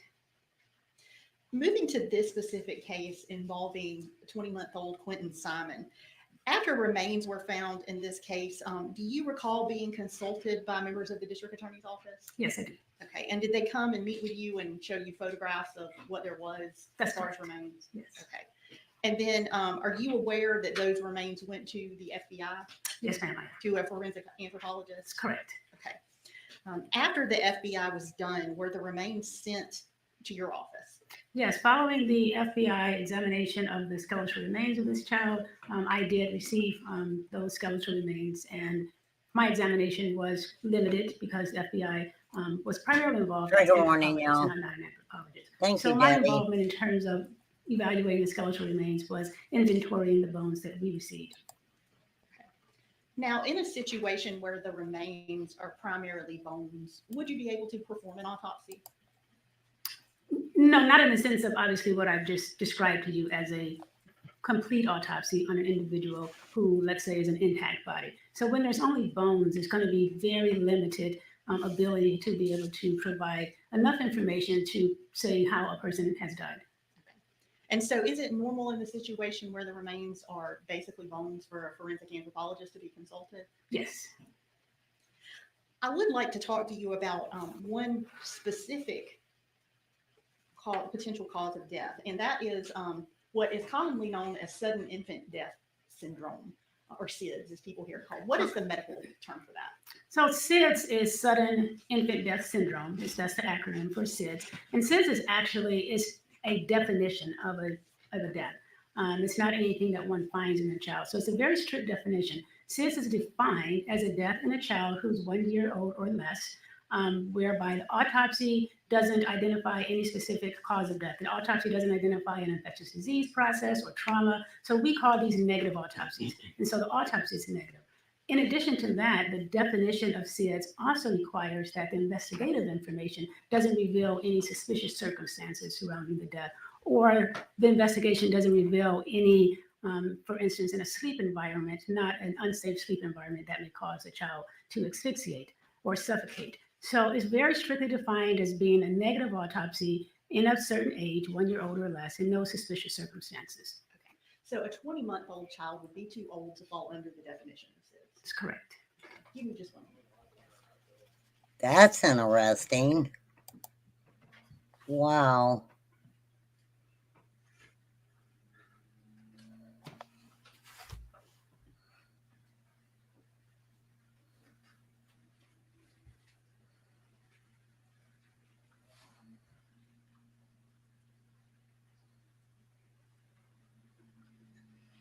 Just to go a little bit further regarding the skeletal remains, in this specific case, you were not able to perform any of your duties beyond just doing an inventory of the bones. Is that correct? That's correct.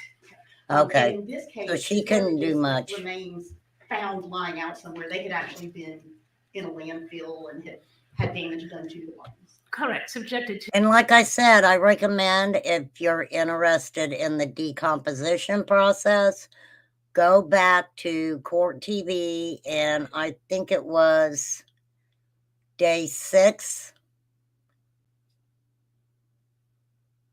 I think day 6, when the individuals from the landfill were there and explained all that.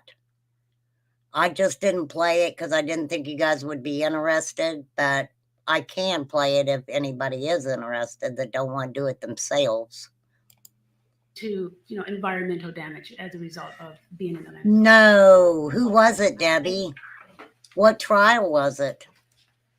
Don't tell me it was the Delphi. Good afternoon, Dr. Jaroslaw. How are you? I'm good. Good afternoon. So when you received the remains, you weren't able to conduct the normal autopsy, so you couldn't remove any of the organs or tissues or anything like that because you just didn't have them. Correct. And if I'm understanding correctly, did you receive any tissue samples, or was it just the bones you received?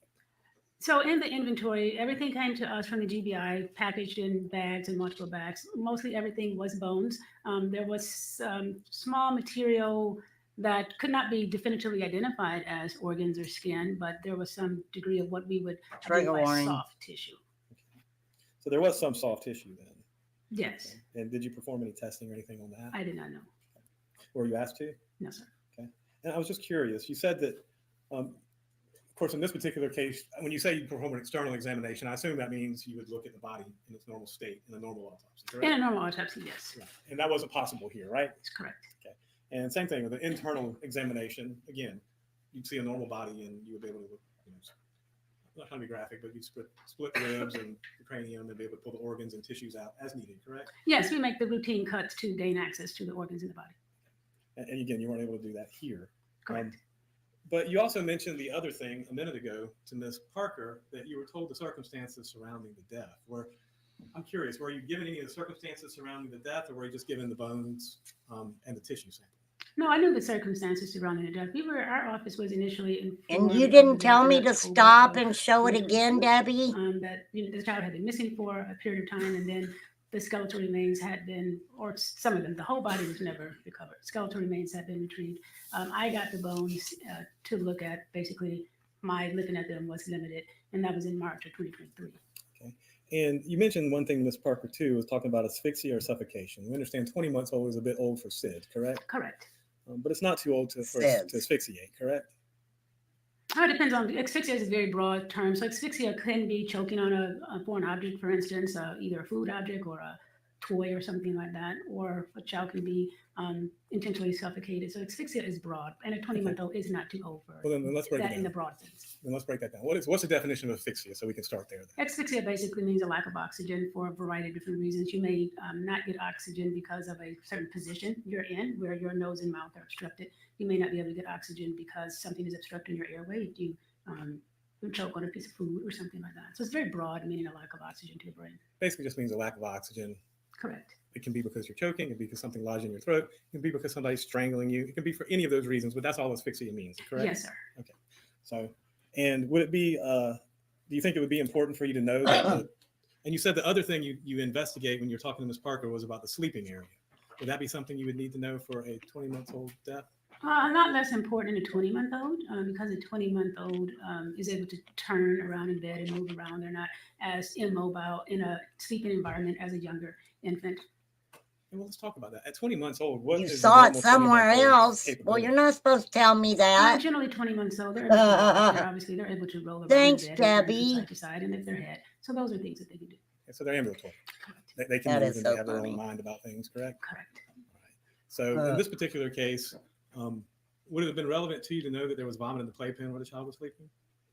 It would have been a piece of information if I had a autopsy to perform on an intact body. The information about the scene itself would be information that we would see, that we would take into account. Was that information was passed along to you or no? I'm not aware of that. I'm not sure. Okay. All right. And that being said, I think that's all the questions I have. Oh, yeah, Miss Daisy talked about it, didn't she? She talked about it. I remember Daisy talked about it.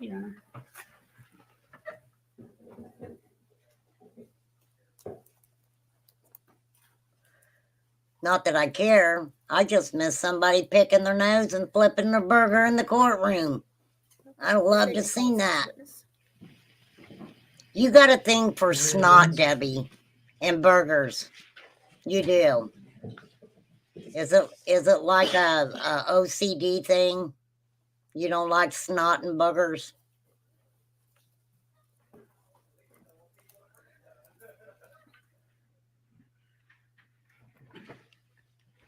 Oh, there's Miss Lemons again.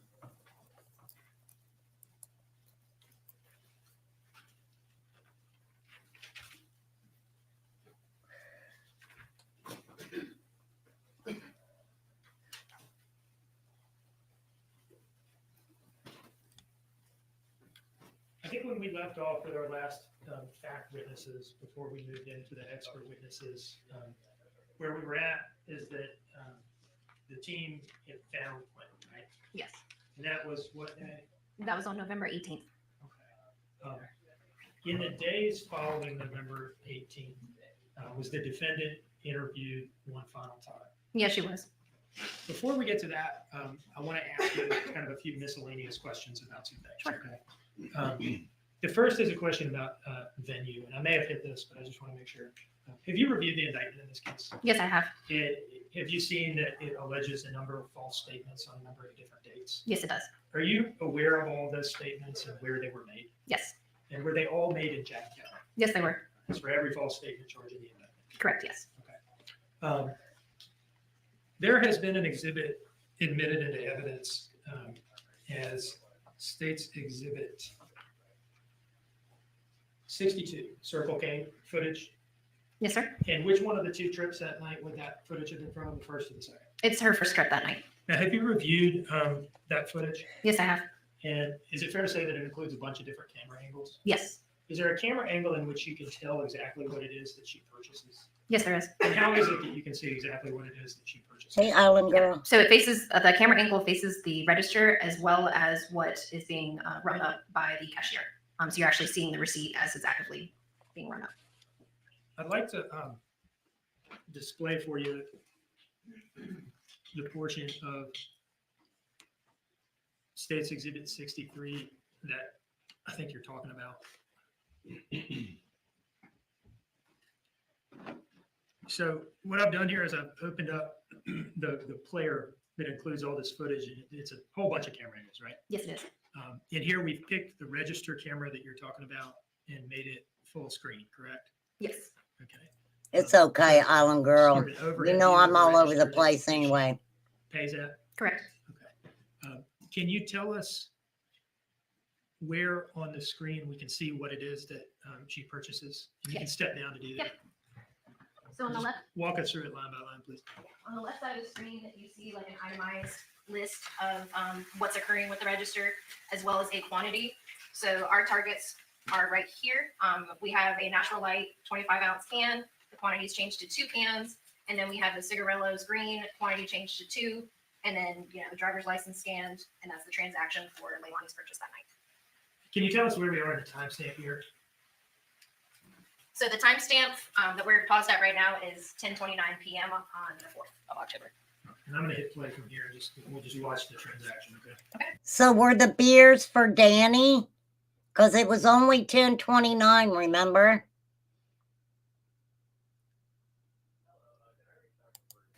Or he got his on the way home, he said, right? Damn. Wow, sorry. That is loud.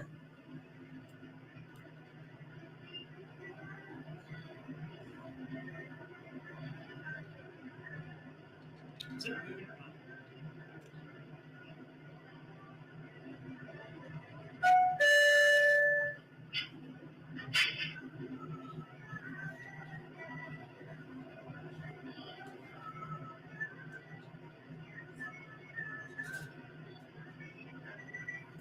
She got a blanket around her.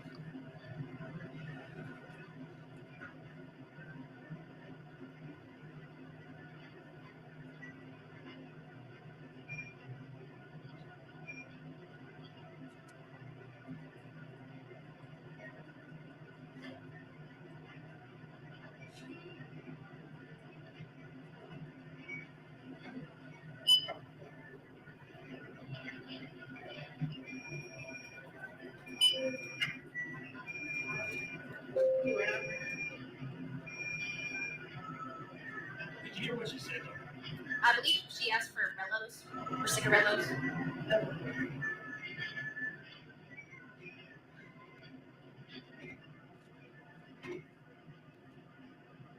Wait.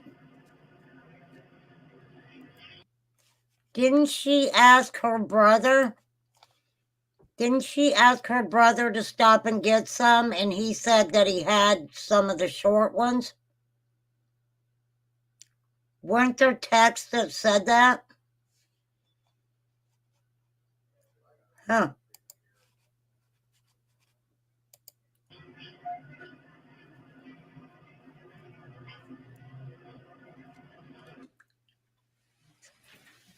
Stop the playback at 10:31:22.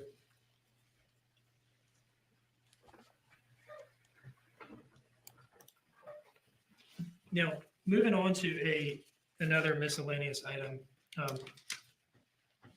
Do you remember hearing Officer Schenker of the crime scene unit or forensics unit talking about the substance that was found in the back of the Dodge Journey? Yes, I do. Did you look back at the file to see whether you could figure anything out about what that was? So in Schenker's testimony, and it was previously mentioned, we believed it was like a rice cereal. That's also what Ms. Leilani told us it was. All right. And have you prepared an exhibit to address this issue? Yes.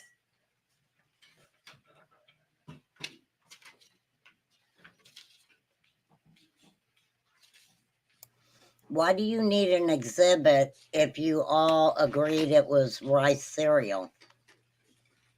I'd like to approach with what I've marked as State's Exhibit 94A and 94B. What's he trying to say? Do you recognize those two items? Yes, I do. Can you describe to us what they are? Sure. 94A is going to be a PowerPoint of what 94B's printout is. It's a collection of photographs with the rice cereal. Okay. So 94A is the disc, 94B is the printout of that? Yes. All right. I would introduce this in as 94A and B. No objection, Your Honor. 94A, B, or without objection.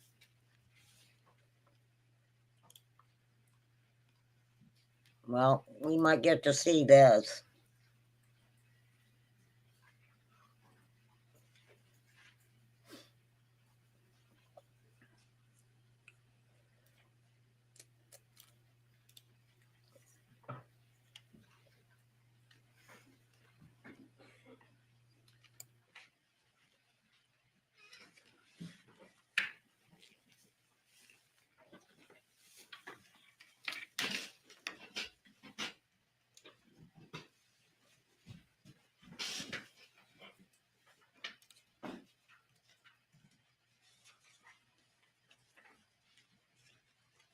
Just need a moment here, Your Honor.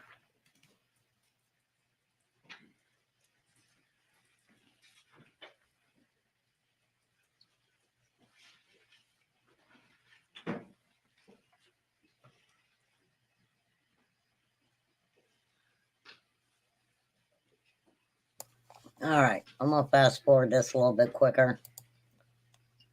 The prosecutor's having technical difficulties right now.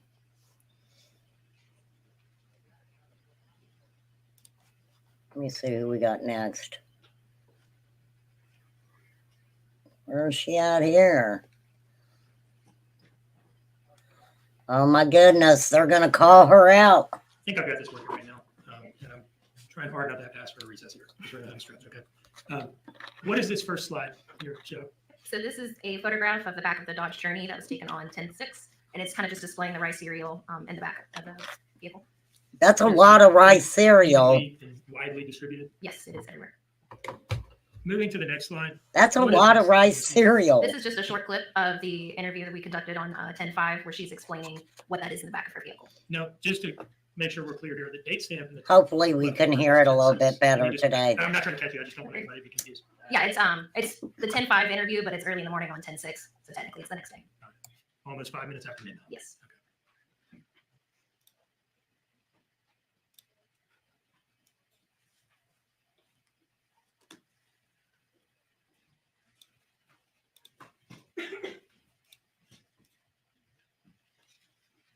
Okay.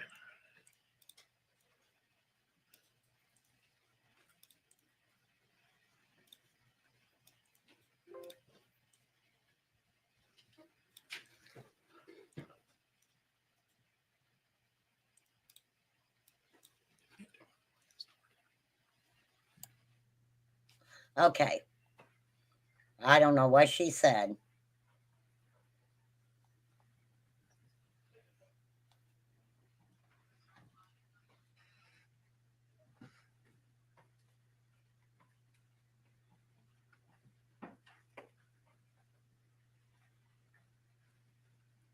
I don't understand. I mean, I get why she texted that FBI agent and put the blame on Danny, because she had to show, she, you know, 5-10 minute break. We'll see she how it had to comes bring out. in All right, so some ladies and sort of gentlemen, doubt no that research she was against this case, guilty. And you're gonna take a quick break. Okay, wait, they're breaking. They are breaking. Okay. Oh, they're showing the rice cereal. That was a lot of rice cereal. Did you guys see all that rice cereal? It looks like it was just dumped in the back. And that had to have been more than one container. I mean, holy moly, that was a lot of rice cereal. Oh, hey, wait, I got her going again. Sorry. I thought I stopped it there for a minute. Wow. Let's talk about the final interview of the defendant. What was the date again? Her final interview was on November 21st And where was it conducted? at the FBI office. By this time, Quentin had been found on November 18th. Yes, he had. And at this point, had you taken out warrants, at the time of this November 21 interview, had you taken out warrants for the arrest of the defendant? Yes, I did. Now, were y'all bringing her in there in part at least to notify her that the remains had been discovered? Yes. And did she know that? Okay, I'm going to slow this down, because this is when they tell Leilani that Quentin had been found. Before she entered the interview room with y'all and was told that? That the remains were discovered now. Did she know before the interview began, though, that she was being arrested? She assumed so, yes. Okay. And y'all, who did y'all correspond with to get her in that day to the FBI office? Yeah, her mother, Billy Joe. And she had been told that the defendant was being arrested that day, right? I don't believe we told Billy either. I believe they both just assumed that's what was happening that day. Okay. Where in the FBI office did the interview take place? It's in the interview room, which is in like the front corridor area. Now, is it fair to say that this was the first interview in which she was not free to leave? Yes. It was in police custody at this point. Yes, she was. Given that, did you all, at the outset of the interview, advise her of her Miranda rights? Yes. Did you advise her of her right to remain silent? Yes, there's a form that we read to her, and we provided her with one to read as well. Did she indicate to you that she understood all those rights? Yes, she did. Did she have any questions about any of them? I don't believe she did, no. And did you all ask her whether she would waive those rights and agree to speak to you? Yes. And did she do that? Yes, she did. And was that agreement memorialized on the form that you discussed? Yes. And did she also memorialize her understanding of each of her rights by initialing next to each one of them? Yes. I'd like to approach with what I marked as State's Exhibit 80.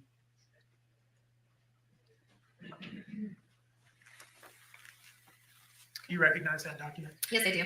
Can you tell us what it is? It is the FBI's template format for advice of rights. This is the document that I believe Agent Solomon read to her and explained prior to this interview. And were you present for that? Yes, I was. I would introduce this as State's Exhibit 80. Can I look at it real quick, Judge? Just to make sure. I think I've seen it before. Okay. I think I've seen it, but I just want to make sure. They wanted to dot their I's and cross their T's. How long, roughly, was this interview in its entirety? Almost 3 hours. Not gonna watch the whole thing. No. Okay. Did it, like some of the other interviews we've heard about, start with this kind of long period of rapport building? Yes, it did. And eventually, did you all get into the substance of that? Yes. Have we prepared a disc containing a few excerpts from this interview? Yes. And do those excerpts capture essentially what her story was for that day? Yes, it does. I'd like to approach with what I've marked as State's. Oh, I hope we can hear this. I hope we can hear this. Yes, I do. Can you tell us what it is? It is a collection of the November 21st interview. It's a CD. Series of excerpts? Yes. Do you remember how many total? There's 3. Okay. And what, could you just kind of describe to us what the 3 excerpts are, if you remember? Sure. And if not, we can just. Yeah, so the first one is going to be kind of the initial conversation that we had about cocaine. In this video, you will see Leilani telling us what cocaine does to her, what she's learned, through some of the counseling that she's had. She'll talk about how she's, experienced delusions, change in emotions while high on Wow. cocaine, and we're discussing whether or not that's what happened that night. The second clip is Leilani changing the trash story. She's talking about how there's now 2 bags of trash, and we're discussing whether or not Quentin was in one of those bags of trash. The third clip is us confronting Leilani on how many stories she's told us over the last 2 months and why she told these stories. Now, what was kind of her core claim on this day about what she remembered about the Azalea trip and the time period leading up to it? What was she saying to you on this day? The majority of the time, she's saying that she doesn't remember the Azalea trip. She only remembers returning home, specifically going over the railroad tracks right before she gets to her residence. There's also other times where she says specifically that she was throwing away just trash, shrimp pasta, while at Azalea. Did this claim that she was making to you about just not remembering anything from like 11 something to when she was driving home from Azalea sometime around 1:20 onward in the morning, did this to you conflict with things she had told you before? Yes, and in the same interview. Okay. Do the clips on this disc fairly and accurately depict the portions of this interview that you're describing? Yes, they do. Other than it being excerpts cut out of a larger file, has it been altered or modified in any way that you know? No. Your Honor, I would introduce this as State's Exhibit 81. If y'all have not paid attention to this trial up to this point, this is going to be very important information. On this exhibit real quick? I just Yes. wanna put something on the record.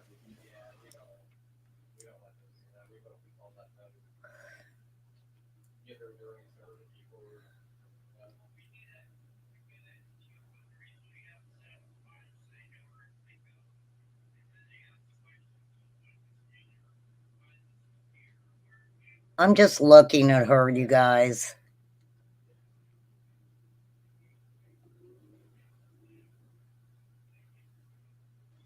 How old is she now? 22, 23, 24? 24 years old now? Close to it. Okay, we are back on the record. No objection, Your Honor. All right, thank you, Mr. Hilliard. State's Exhibit 81 is admitted without objection.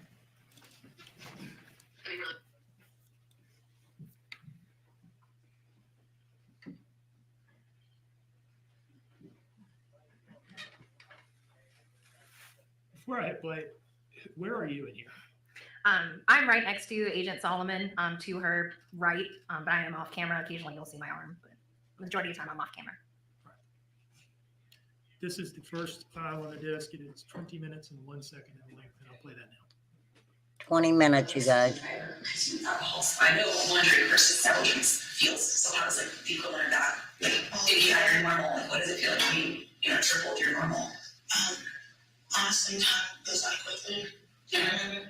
It's almost like you're just discombobulated a little bit. If that makes sense. You're so high, you kind of lose touch with reality. Well, that's how I usually feel. So it's like that tunnel vision focus on one thing and getting high. Yeah, it's so really you're more, you're just focused on that one thing. But when you get that high or whatever, you start, as I said, I didn't know the shit that makes sense. It's like delusions in your own mind, but you lose touch with reality. Like, are you seeing things, or your brain is just like making up stories? Your brain makes up shit, and you can end up doing things like, so you don't even remember if you came up with it. It happens a lot. There's funny accounts that I don't know past like this. She's basically talking about when she does substances and not remembering.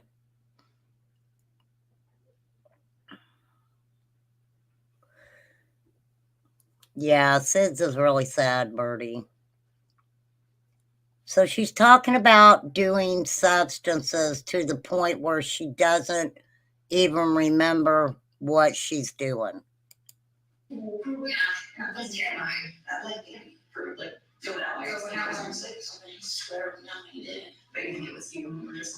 possible that not the effects, the extent of the effects that it can have on your brain, controls to your brain. Tell me that last, like that particular feeling. Just go there. Like it's not just 15 to 30 minutes or how long, what is that, this combo do? Makes you very energetic, very numb feeling, and you're having a lot of racing thoughts. Sometimes I hear things that are just not true, right there.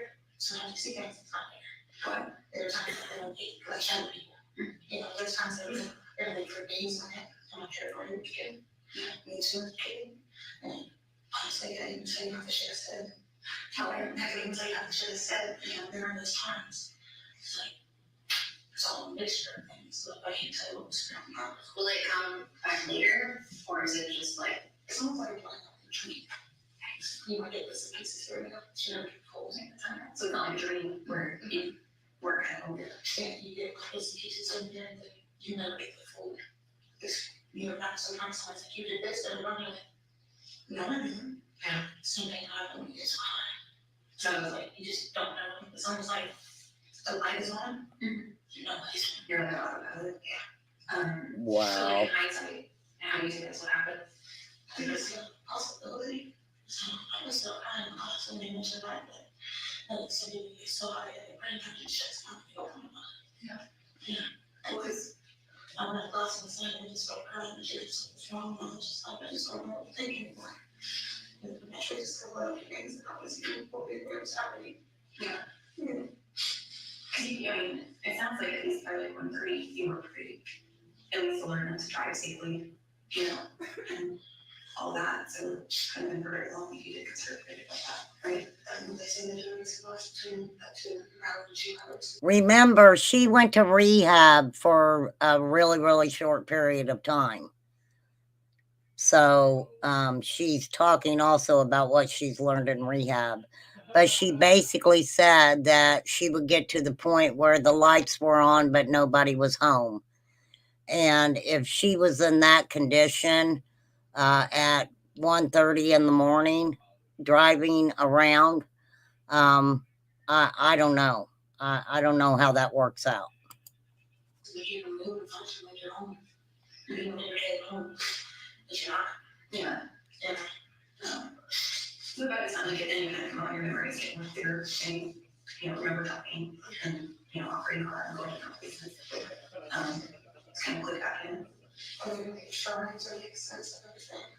Then I can't make sense of what happened before I left the house to start driving. Yeah.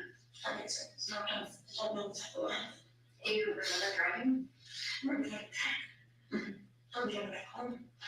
There's a whole other. I don't know, feeling. What are you feeling? Or I felt a lot of numbness. I feel probably drugs. They want to feel it's kind of suppressed.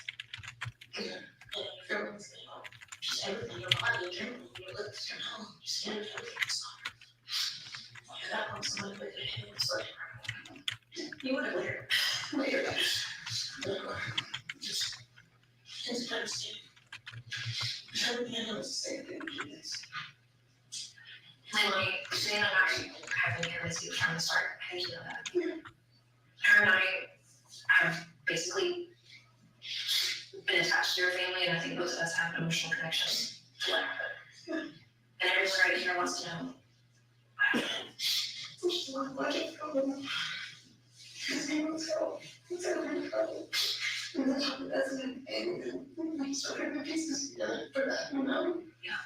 know,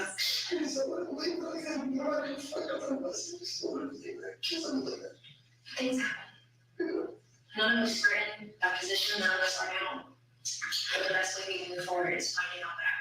And I don't want it to come down to some of that personalities. I don't want there to be any of us. I'm tired of the stories from the media. I'm sure you are. So we don't know what they're going to say. When it comes out that we've done. You know, and what is how they treated you for the last, you know, almost 2 months. And without your side of the story, it's going to be whatever they want to say. I don't remember everything.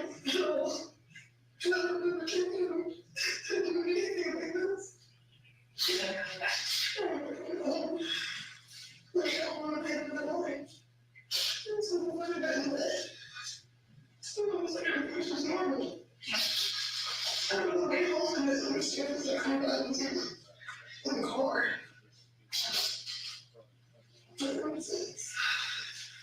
Next time, when you see that, someone will help us. And I look at the baby wasn't here. It was very devastated. I started screaming and calling about everybody for help. So when did you remember that stuff that happened? Especially when you was driving. Just something. The driving? Yeah. When I talked about it, I was going to be scared or trust. And just, just scared that I did something like that. Taking me to do some drugs or pick up some drugs somewhere. I wasn't before. And, fuck with it.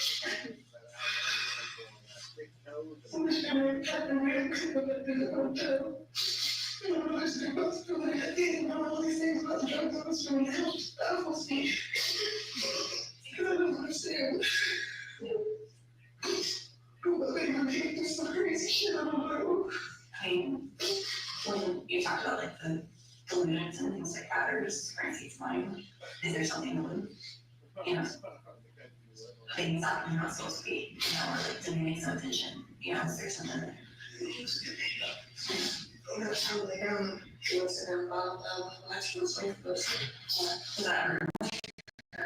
and really distracting. It's cute, honestly. It's not actually seen doing stuff. We would sit there and laugh about it, trying to stay at this side. So we talk about it. I pay their corner.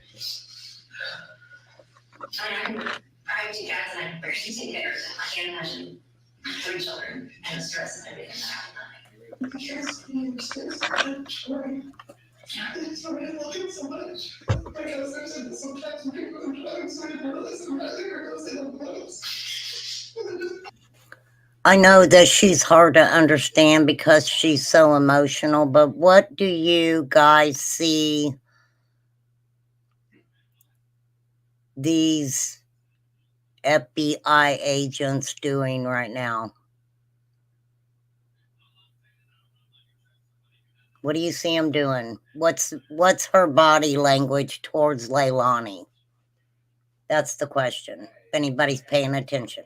Because I know y'all listen, and that's okay.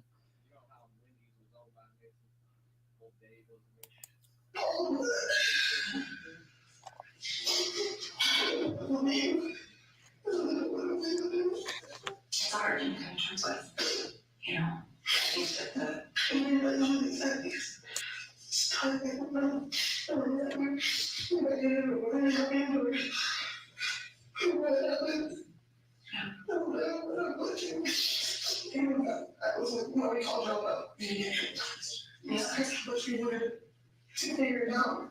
Come on, closed captions. Well, it sounds like the eating part, at least in terms of removing it from allowing you to come from the outside and help with that kind of issue.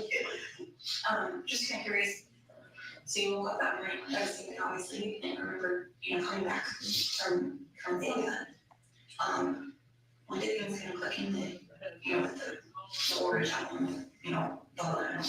Like, what was going through your mind? I had worked on the car, so it made sense. I go to the store.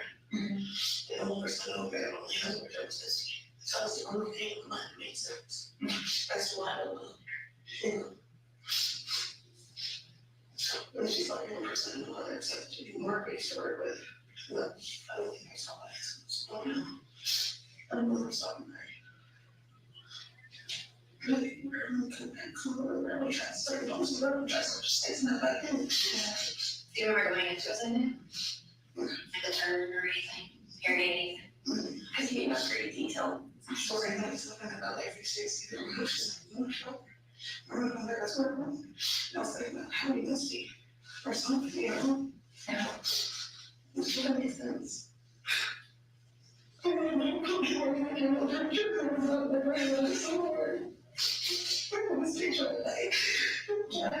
I remember James and how did I don't do this? They say so please come out of James.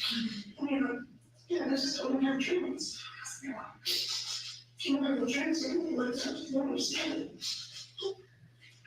What do you think people are going to say when it comes out of the film? We're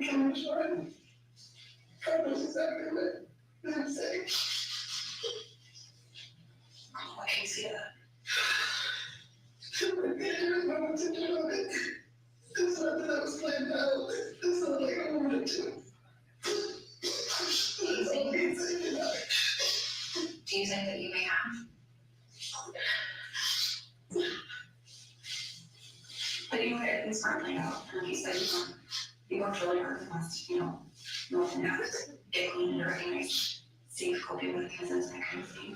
But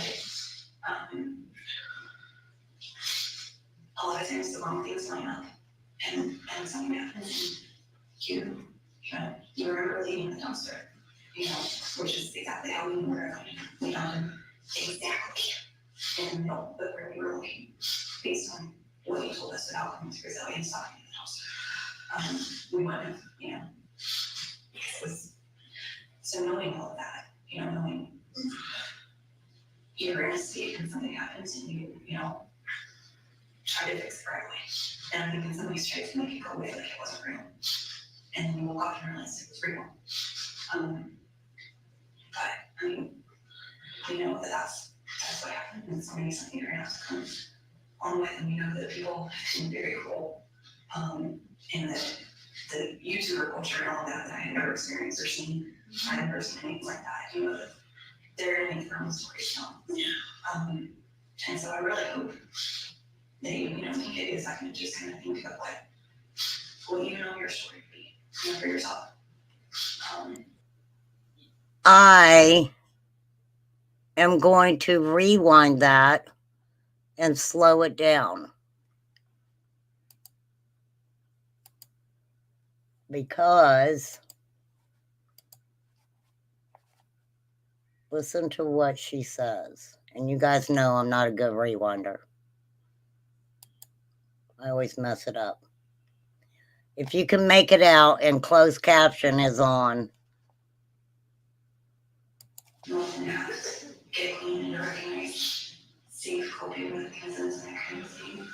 But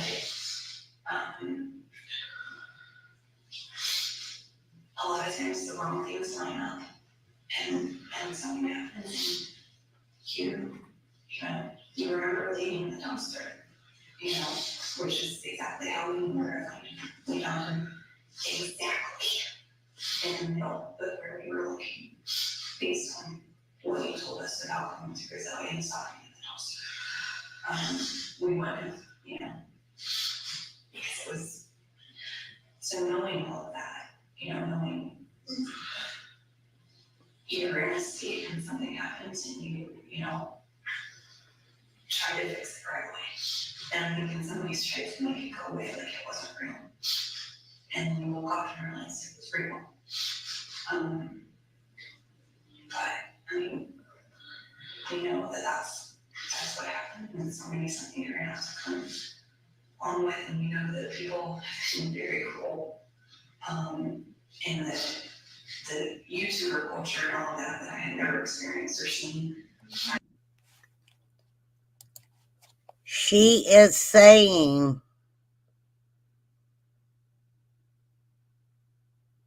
that the YouTube culture, the YouTube situation, people could be very cruel. People could be very cruel. And she says she hadn't ever seen anything like that.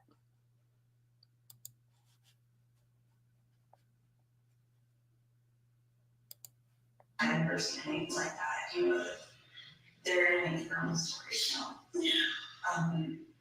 And so I really hope that you take a second to just kind of think about what you know your story to be, for yourself. Because the only way you can find peace and give yourself peace and move forward for all of you is to realize and acknowledge what happened. And like you said, there was no premeditation, there's no planning, and frankly, I think if you would plan things, it would have not gone away, because it's not you know, but your actions turned out like what brought us all here, and again, because there were other trips to the dumpsters, how we found. It is hard to hear Birdie, but I'm just playing through it. So I really want you to. I'm sure she'll explain it more when they quit showing it. Did nothing close to the life hope. What I could possibly done, and I don't know what I possibly had. She doesn't remember.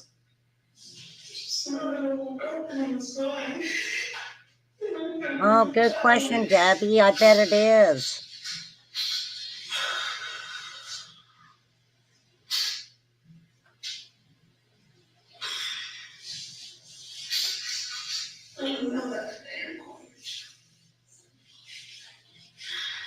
Is that a bonsai tree? What kind of tree is that?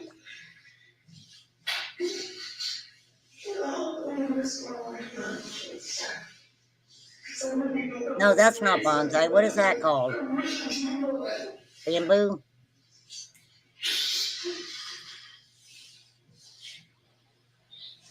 I think we can all agree that something.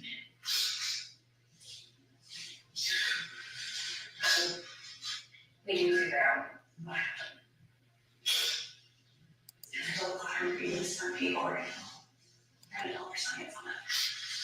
We're gonna see what they have to say. I really don't think that you want to take this step. There's a way. And there's still a reason. And even if Quentin's not here, he's still the reason. All three of them. And right now, the reason for Quentin that I think we all want to be. You know, this is what we know that happened. And now there's two of you that know that story. You know, and hopefully Quentin's able to tell us. And we really hope that you're able to know what you're thinking about. You know, your own action place, because there's no way for you to heal from it without being released and see it as what it is. Like you said, it wasn't this long-term ocean living keeper of, you know, harming your child. You know, you did harm your child, and you did, you know, and that's just facts. It isn't under hit. No. Yeah, I think it's bamboo. And I never lied about anything. I never said anything to you that I didn't know or back to be true. And I don't believe that you hid him. But you did him in the dumpster because you had harmed him in some way before that. Cancer said that I did do something. Wasn't fair. She went back and come out. Like, how scary is it? Don't think that you have a scalp. So you did it. And my parents thought that she thought I came back and she said, I'll stay if you would like help. You might so you get a chance. You're just like with somebody myself who didn't trouble. You might not. Yeah. So we're just in the process anyway. What's the last thing you remember before? Same again. And then it goes to turn back from Zion. Did you see him in the bed?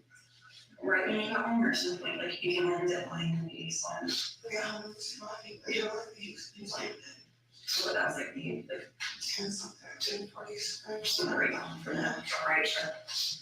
And that was naturally less than the all that night, you know, and then yeah. So I had the rubber dress. Now, at the end there, what did she arrive at ultimately for the period of time for which she was claiming a total lack of memory? She said the last thing that she remembered was looking at Quentin and then driving back from Azalea. Looking at Quentin after the heart ride trip. Yes, and then blacking out and then coming back to it as she's coming back from Azalea. And what was she saying in there about what caused her to start forming memories again on the way back from Azalea? Hitting the railroad tracks. Okay, so fair to say she's claiming something like a 2-hour plus total lack of memory. Yeah, she would have gotten back from Arkwright shortly after 11, and then she gets back from Azalea around 1:30. So yes. Okay. And is it fair to say that that period of time for which she's claiming a total lack of memory would encompass both the time period in which law enforcement believed the murder had occurred and the time period in which the disposal of Quentin's body had occurred. Yes. It's like the times of the crimes. Yes, it is. Trigger warning. This next clip, This is heartbreaking. what is this clip? So this is us touching on her previous statement back on 10/12, where she's describing very vividly how she threw away the trash, and we're asking her to revisit that memory that she's had. And she's telling us that there's 2 trash bags, and then you'll hear me ask specifically whether or not Quentin was in those trash bags. And did she outright deny that Quentin was in one of those trash bags? She does not. And this is. And this I clip am is later sorry in time that those, Yes, it is. This is when you're this looking at audio the isn't great. statements which seem to conflict with what she's just told you about this total lack of memory. Correct. So if you don't hear it and you have a question, and I can answer it, I will. Sam Pratt. There was another trash bag. Because I don't know before it was like 2 months later. I can't remember. I remember there was 4 things. Laying on the trash bag. Did you use a trash bag? Damn. I don't recall if I had a trash bag. Sorry, you guys. I don't recall if I think from before I left the house or when I came back.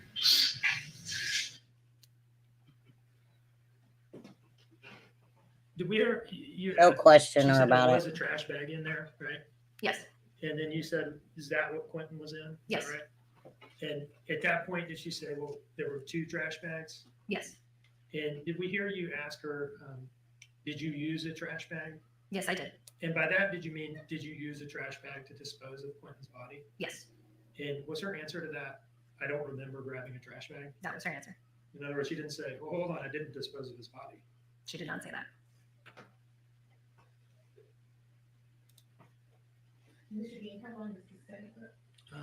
It is about 3 minutes, right? Okay. Okay, what's sad is she's saying that she was messed up, and couldn't remember what happened.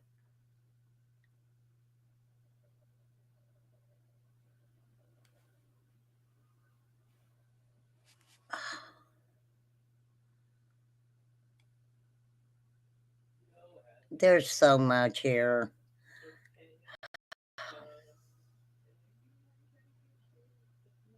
She doesn't remember what happened.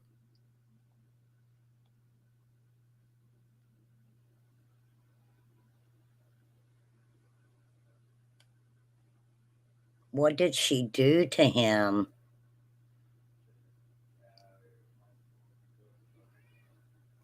Yes, Birdie.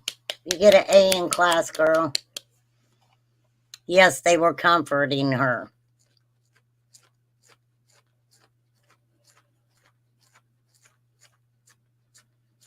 That's a good question, Birdie.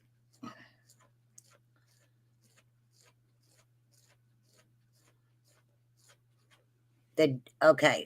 Do I think the defense has? Well,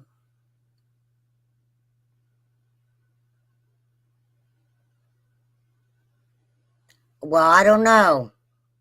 They still get their turn, so we will see what witnesses they have up their sleeve. This should be the 3rd one. Do you remember what it is that we're going to hear in this clip, more or less? So we're challenging her on her many stories throughout the last 2 months and why she said these stories to us. And after they do the audio, and video, he will question her It's kind of again. just our last crack at trying to find out what really happened. Leilani, why did you tell us several times different stories? I'm trying to figure it. You said it was 2 times that Brandon sat there and told me that him was sorry. He's a horrible mother that and that he watched me. I had no memory, so I knew exactly where I was trash. Right now, I think my sense of this, it's totally, we're jealous. And he said there was no way I got we're jealous. I think it was the other theory. It's just, I was totally trash. We get out of the house for everything. Wait, Daddy. you know now that that trip to Azalea, Quinn was there. So go back to that, see that he makes a second breath. You remember seeing the trash bag, looking into it? I didn't look into that. Tired it was. Right. So you didn't actually look into it? The only connected in was slow food. You were pretty restricted though. Just the smell, the slow like shrimp pasta. Not even the smell. Same smell here. Take it out of the fridge and threw it away. So you remember wrapping it up? I remember taking it back here so I could throw it in there. It wasn't heavy at all. Leilani, Jimmy, do you remember him being in the trash bag? We know this point he was. I don't remember that. I don't remember him in a bag. I don't remember leaving the house with him. I don't remember that. I don't remember that. Why did you tell us all the story about just all of these stories pretty much? I'm trying to sense it myself.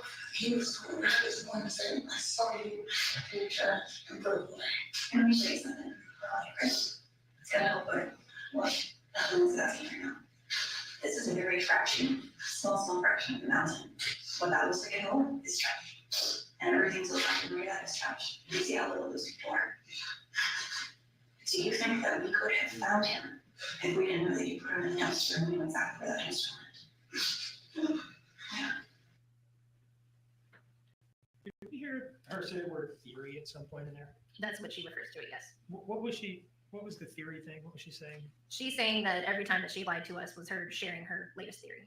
In other words, she wasn't claiming that she was making factual statements about what happened. She was saying she was just kind of throwing out theories. Yes. She was describing was she describing the Oragel story as just a theory that she had proposed? Yes. And was she saying that she had only proposed it because, well, she had come to and found Oragel and was trying to figure out how? Yeah, she said she found it in her vehicle, and that's the only thing that made sense to her. And did she describe her story about throwing away trash as just a theory that she had come up with in response to Brad asking her whether she had thrown away trash? Yes. Now, I want to just ask you about a couple features of these prior stories that she's referring to as theories. Okay. Okay. You talked to her on October 5th when she first launched the Oragel story, right? Yes. Did this story include who she had gotten it from? Yes, it did. Did it include where she had gotten it? Yes. Did it include when she had gotten it? Yes. Did it include why she had wanted it and obtained it? Yes. Did it include details such as how many tubes of Oragel she got, and how many were open already, and how many were not open? Yes. The story about throwing away trash that she gave to Special Agent Snyder and Special Agent Solomon on October 12th, did that include such details as specifically what the trash was? Yes, it did. What it smelled like? Yes. How long it had been in the car? Yes. When she first registered the odor of the trash? Yes. What kind of trash bag it was? Yes. What color the ties on the trash bag were? Yes, it was a very vivid story. An admission to having looked inside the trash bag before throwing it away. Yes, she said that. An estimate of how much the trash bag weighed. Yes. And statement about the exact physical mechanics of how many hands she used to put it in the dumpster. Yes. You had either conducted those interviews or observed them prior to this interview, right? Correct. Did any of those things sound like mere theories to you at the time that she said them? No, they did not. Now, in this interview, particularly in the first bit we watched, the 20-minute bit, was she asked at some point by you, I think we can all agree that something did happen. Yes. And did she nod her head yes in response to that? Yes, she did. Was she asked, do you think you may have killed him or something to that effect? Yes. And is it the case that she was just not able to give an answer to that or just didn't really say anything? That's correct. Was she, at some point, did Special Agent Solomon say, you harmed your child and hid him, or words to that effect? Yes, she said that. And Excuse me. The defendant just did not affirmatively dispute that. She didn't say, no, I didn't. She did not. And separately, did Special Agent Solomon say, you hid him in the dumpster because you had harmed him in some way? She said that. Did she also fail to dispute that statement? Yes, she did. One moment, please.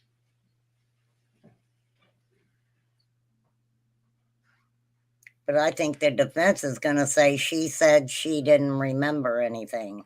No further questions, Your Honor. Let's see. I do judge, but I was gonna say this might be a decent time for a little break in case it takes a minute. The time now is 2:36. He got a potty. I'm waiting on the testimony of Red / Craig, the substance man. Hey, Poppy, you still working?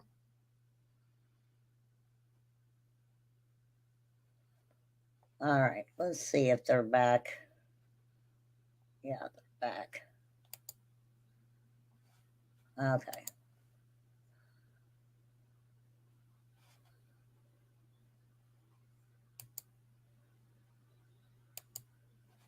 Oh, I got it muted. Your team Shit. speaking, Ms. Simon, We were in communication with her for probably the next 2 weeks, almost every day.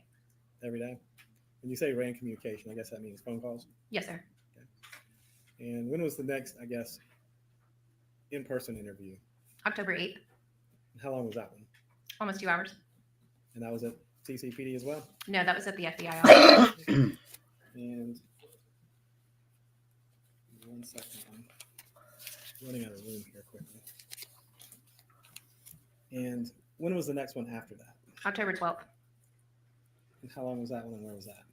That was almost 2 hours as well, and that was at the FBI office. And during this time frame too, this is the phone call? You still having phone calls during this 2 week time frame? Yes, sir.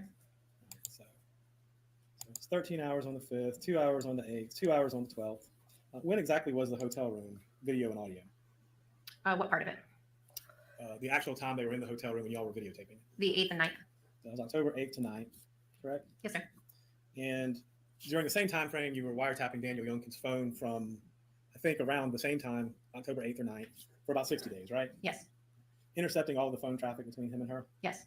And just, not that it matters, a rough estimate is, even after you arrested Ms. Simon, you still intercepted his phone calls between them, correct? Yes.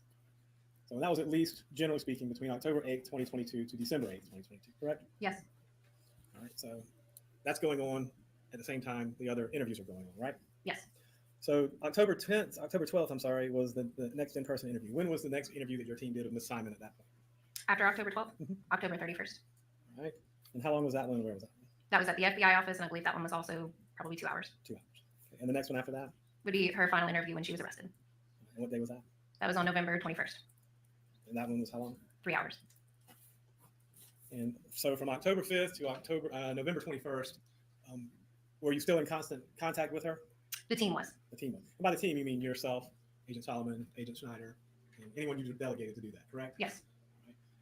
Now, and you said that on, I think it was November 21st, she expected to be arrested when she came in, correct? Yes. And you asked her to come in, correct? Yes. And she came in, correct? Yes. All right. Now, we've seen some of the excerpts here that you put up here today. Now, let me ask you this. What interrogation technique were we just witnessing on this particular video? I don't have a name for the technique. We were having a conversation. All right. Well, you said you don't have a name for it, but you've gone to the academy, correct? I have. And you were trained in interrogation techniques, correct? Yes. And what interrogation techniques were you trained in? I don't have the name for the techniques. My way of doing it is just making sure I have the full story. And if I don't understand anything in somebody's story, I just keep asking questions until I do. Yes, ma'am. So in this particular technique, though, which we just witnessed, and we've seen the entire You time, did is it safe to say that you're putting individual stressors on the interview subject? In which interview? All of them. It depends on what you would say is a stressor. We're talking about her dead child, but Okay. Well, and that's my follow-up question. Wouldn't you think speaking about that would be a stressor? yes. Okay. And wouldn't you think that speaking about that would evoke an emotional response? Oh, Yes. Okay. And you seem to have had opinions about that emotional response, but what have you been trained that is the appropriate emotional response? Do you have a level? Can you restate your question? here we go. So if you are overly hysterical, then you're overly hysterical. If you are not hysterical enough, then you're not hysterical. How do you gauge the appropriate response level to your questioning for you to be satisfied? What's the right answer? What could ever be the right answer? For what appropriate reaction she had? Yes. I'm basing that on previous interviews I've done with families that have lost their children. Right. But every individual is different, are they not? Yes, sir. Okay, so in this particular case, a number of times Mr. Dean has asked you a number of questions, and you said it wasn't emotional enough, or too emotional, hysterical. And how do you make that determination? What is the appropriate objective standard by which you can judge that? I believe I focused on the October 5th interview when she would do the screaming and yelling portion. And that was when you made your decision, correct? October 5th? Decision about what? As to how and where you were going to focus your attention in this investigation. No. Okay. Then when did you decide that Ms. Simon wasn't your prime suspect? She was our prime suspect, you mean? I said, when did you decide that she wasn't? If you said you didn't do it on October 5th, okay, so you're saying she wasn't your prime suspect on October 5th? No, we looked at all 3 of the adults in the residence as possible suspects. Okay. So that being said, you looked at all 3 of the adults. Did you ever look outside of the residence as a possible suspect? Yes. Okay. And what did you do to pursue any of that? Outside the residence? So we did a canvas, as we've previously talked about. No leads came up with that of any suspicious persons around the residence. We set up the tip line that did not prove any other suspicious persons. We spoke with probably every single family member of this family in Savannah. None of those had any guesses on who it could be, including the 3 people that lived there. And let me ask you this about your interviews with Ms. Simon. All of the interviews, she was free to walk away or not engage in those interviews, correct? Until the final one. The final one was a little bit different, correct? Because you already had one. Yes. So and even knowing that, she still came to that one, correct? Yes. Okay. Now, Mr. Dean asked you a question about whether or not she denied something, but not denying something is also not admitting something now, is it? No. They're not the same thing, are they? No. Okay. So, and my recollection was, I don't think she's ever, in any of the interviews, admitted to harming Quentin, has she? No. Now, in your the Wow. last interview at that point in time, had you ever determined a manner or cause of death for Quentin Simon? I have an opinion on how he died. I didn't ask you your opinion. I asked you if you determined. Has a doctor made a medical determination as to manner, method, or time of death? No, due to the remains, we were unable to find that. So that's no. Okay. Here we That go. being said, when you were interviewing Miss Simon on that last particular day, you focused on a lot of things that weren't said, but she never said that she killed Quentin, and she never said that she disposed of his remains, did she? She said she did not remember. Now, you said you have an opinion, but opinions are just that. They're not based, they're just your opinions, right? I have opinions, you have opinions. People have opinions, correct? Yes. Okay. And opinions are not evidence, are they? No. All the questions I got, Jeff.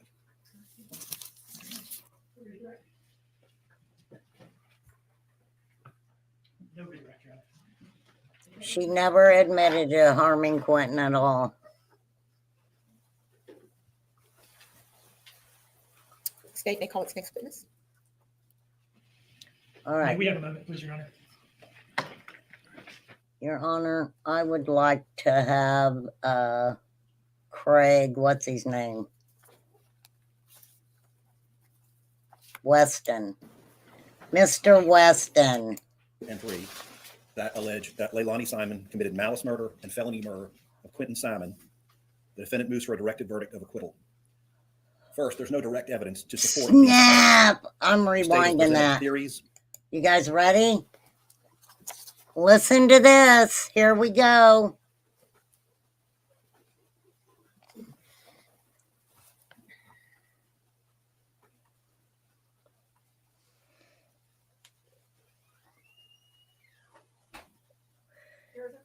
Thank you, Deputy Smith.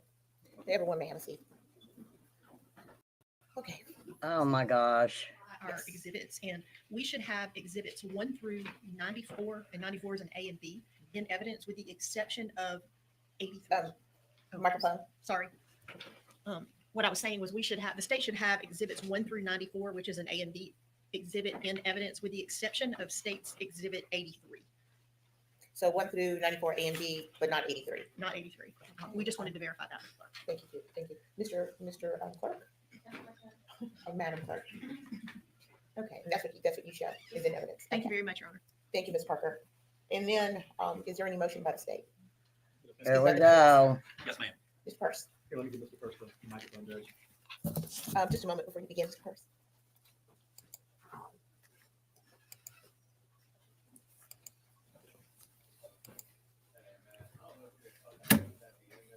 Your Honor, at this time, I'm going to focus my argument as to a motion for directed verdict. Just so we're all on the same page, I'm focusing on counts 1, 2, 3, and 4. And I'm going to take them kind of in separate batches and then all together with my final thought. All right. With respect to counts 1, 2, and 3 that allege that Leilani Simon committed malice murder and felony murder of Quentin Simon, the defendant moves for a directed verdict of acquittal. First, there's no direct evidence to support these claims. The state has presented theories and its conclusions, but has presented no direct evidence that Leilani Simon committed these crimes the way they're charged in counts 1, 2, and 3 in the indictment. I think the medical examiner's testimony is significant.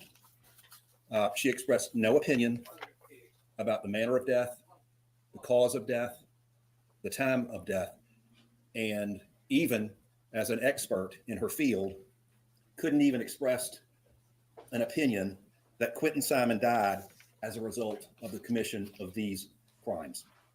That leaves us with circumstantial evidence in Georgia, and I'm quoting Official Code of Georgia 24-14-6, quote, to warrant a conviction on circumstantial evidence, the proved facts shall not only be consistent with the hypothesis of guilt, but shall exclude every other reasonable hypothesis, save that of the guilt of the accused.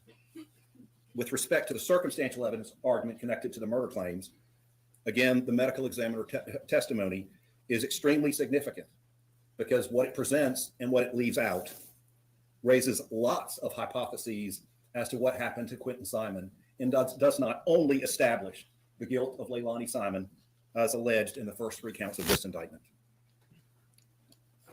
With respect to count 4, that alleges concealing the death of another.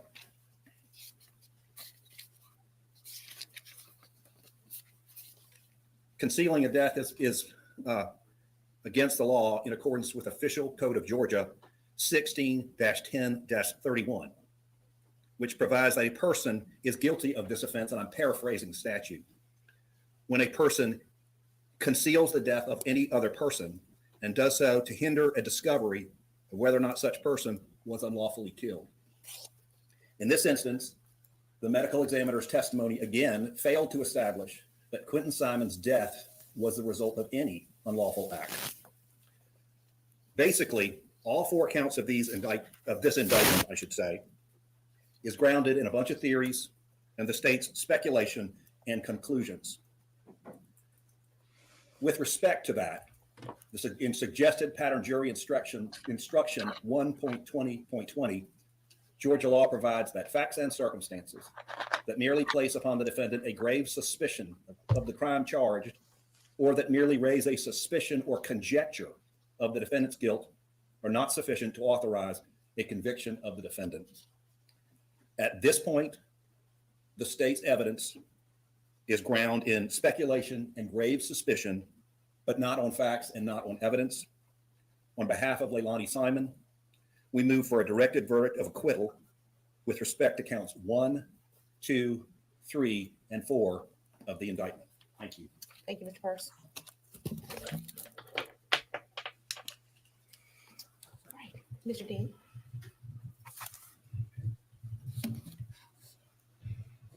Your Honor, I'll be brief. We've presented sufficient evidence for the jury to find, based on both circumstantial and direct evidence, that the defendant is guilty of all 4 of those counts. The Wyatt case is clear that when we allege that certain facts are unknown, such as manner of death or certain other facts in the murder counts, that those become material allegations that we have to prove. And I think that Mr. Purse's understanding of the medical examiner's testimony is exactly backwards. It does not support a directed verdict on any of these counts. In fact, it was offered to prove the material allegation that certain facts are unknown, and it does that. We've said in the indictment that she killed them in a manner unknown to the grand jury, and that was the point of calling the medical examiner and say, I couldn't do an autopsy because of the condition of the remains. And so we've proven that. Circumstantial evidence does, a circumstantial case does have, the evidence does have to exclude all reasonable theories other than guilt. And we've done that by presenting affirmative evidence that there was no medical event, there was no accident. The defendant was asked repeatedly about that and denied it each time. and further, her actions after the fact were totally consistent with any type of accident. There are only so many ways to die, and we've excluded all of them, but in intentional act of violence that resulted in Clinton's death. In concealing the death. Oh, damn, you about blew my mind there, Court TV. Holy guacamole. Yeah, a more straightforward body of evidence in support of a concealing the death charge. I could go on. I hope and doubt that the court needs me to, so I'll wrap it up with that, Your Honor. All right, thank you very much. I am going to find that based on the argument made by the state, the court finds that there is sufficient evidence that has been Thank you. presented for the jury for the charges in the indictment to be considered. So motion for directed verdict is denied. No, it's not done. Are there any other motions from the defense? The defense motioned the court for acquittal on the first 4 charges. So, no, it is still an ongoing trial. Colloquy at this point, Judge. We do.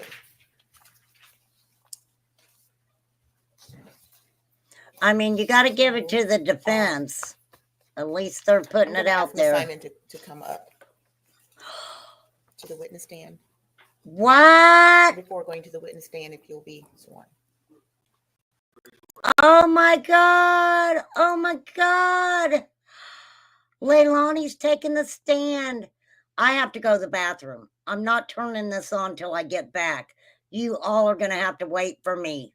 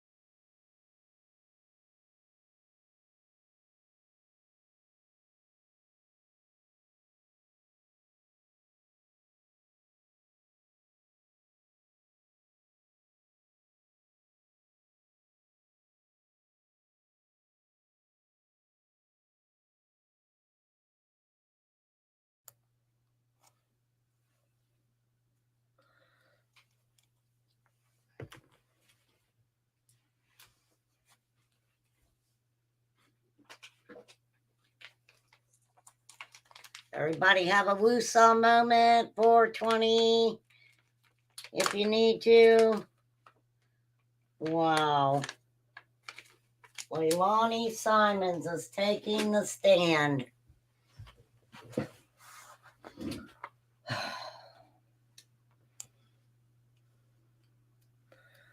So, I'm assuming that the state is starting to call their first witnesses.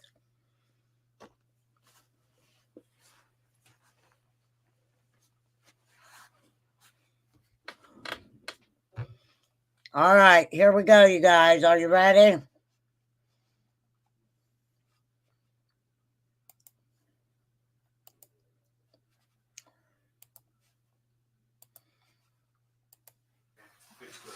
The evidence you shall give the court on the issue pending shall be the truth, the whole truth, and nothing but the truth, so help you God?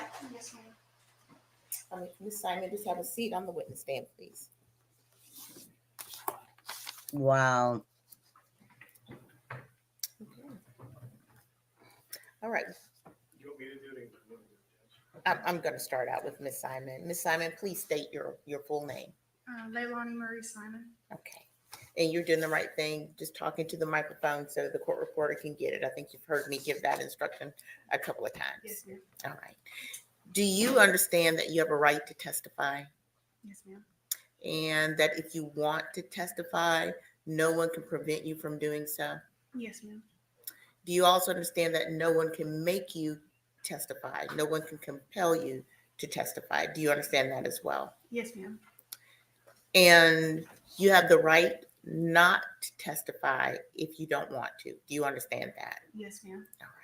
Do you understand that not your lawyer, but you personally are the one who decides whether or not you will testify? Yes, ma'am. Do you understand that if you do not testify, that upon proper request by you, the court will instruct the jury that your decision cannot I be think used we can against speed you? it up a little Yes, bit. ma'am. In fact, the court will instruct if you decide not to testify. Do you understand that? Yes, ma'am. Okay.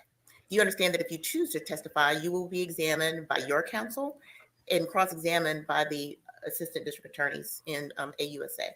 Yes, ma'am. All right. Do you feel a need to have any additional time to consider whether or not you will testify? I've been given plenty of time by my attorneys, notified weeks ago All right. about this. Do you need any time to talk with him in private about this? No, ma'am. And so do you personally wish to testify or not? I do not. And with that, I Oh, find that snap. the defendant, Leilani Simon, has decided not to testify with a complete understanding of her rights. Before you step off the stand. Okay, she's not there any further testifying. Is anyone forcing you to not testify or to testify? No, sir. Your choice is made freely and voluntarily? Yes, sir. Okay. You've had adequate time to speak with me and Mr. Person about your choice, correct? Plenty of time. Okay, just have to make sure. All right, and that's the only questions I have. All right. Okay, she's not testifying. She doesn't remember anything. She doesn't remember. She's never said she did anything to Quentin. She's never admitted to nothing. The defense is saying that most of this is based on opinions and theories, etc., etc., etc.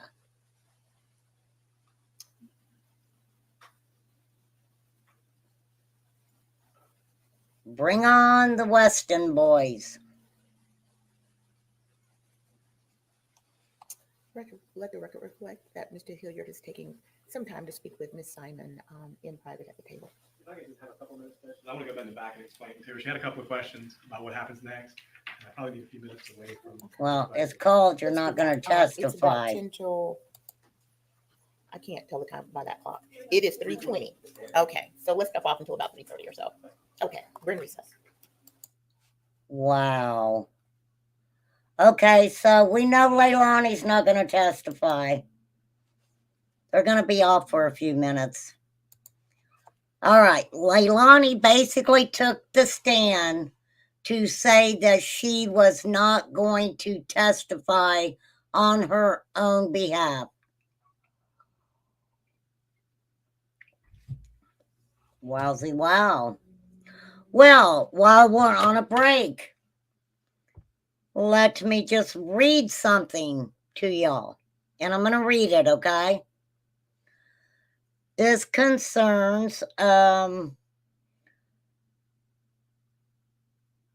Dog Chapman and his employees.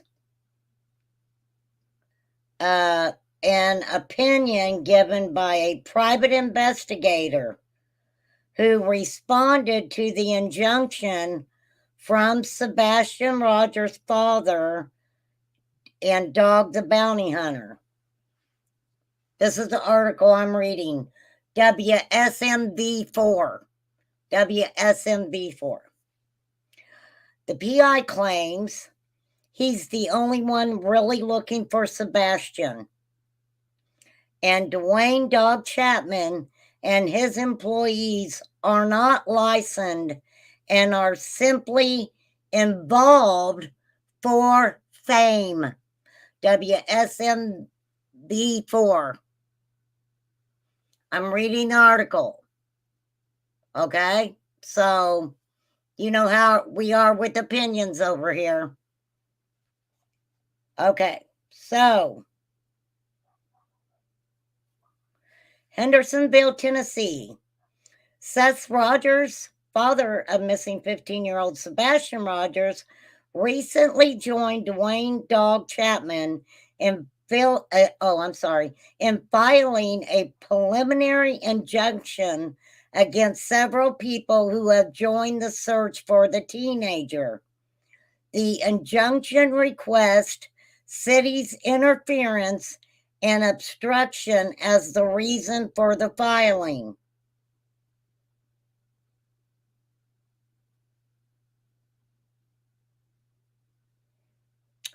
One private investigator involved in the search, Stephen Fisher, filed a non-party opposition to the injunction request, claiming he is actively engaged in the search for Sebastian and a preliminary and ultimately permanent would undermine the real search for the boy.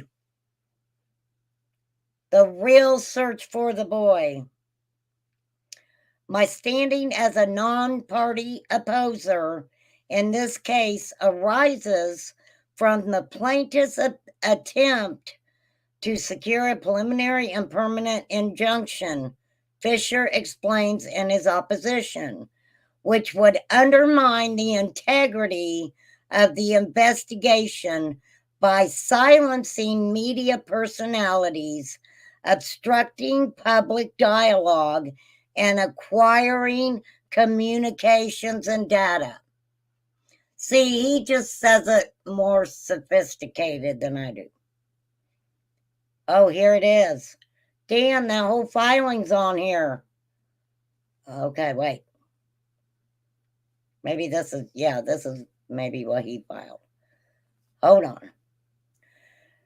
Fisher states in the opposition that he is the only licensed investigator involved in the search, and At Night Media, Dog the Bounty Hunter's company, has yet to set foot in Tennessee and use unlicensed personnel and illegal tactics to gain information in cases.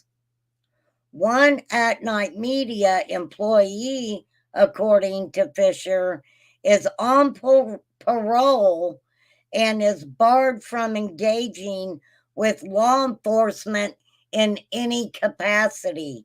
Wow, that's interesting, right? This is an interview that's being done with SF Investigates. The initial motion for a preliminary injunction was filed in Pennsylvania, where At Night Media is located. The motion was aimed at two people, I'm not going to say their name, who were using their social media platforms to aid in the search for Sebastian.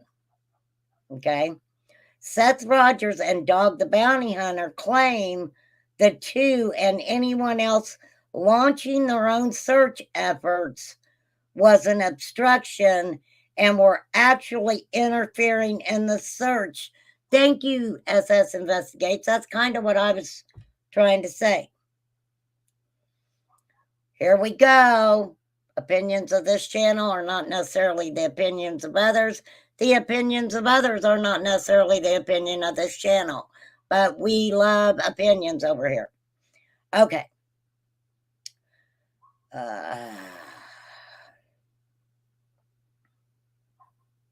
Their illegal activities as unlicensed investigators should not be protected, and granting an injunction would harm the public interest by silencing critical reporting on a matter of public concern.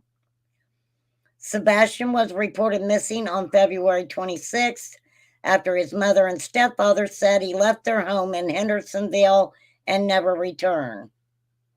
Sebastian reportedly has autism, was last seen wearing a black sweatshirt, black sweatpants, and black square frame glasses, according to his family.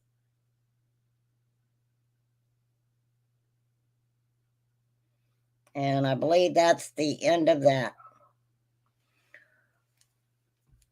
Wow.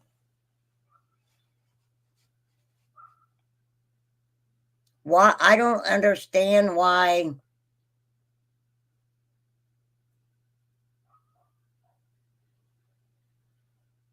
Oh, wait. Why is that buffering?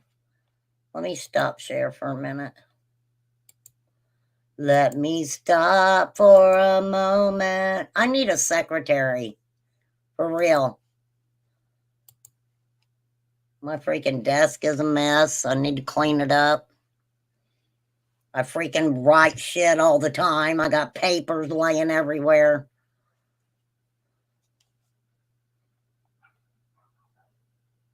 So, who you guys think the next witness is going to be? Want to guess?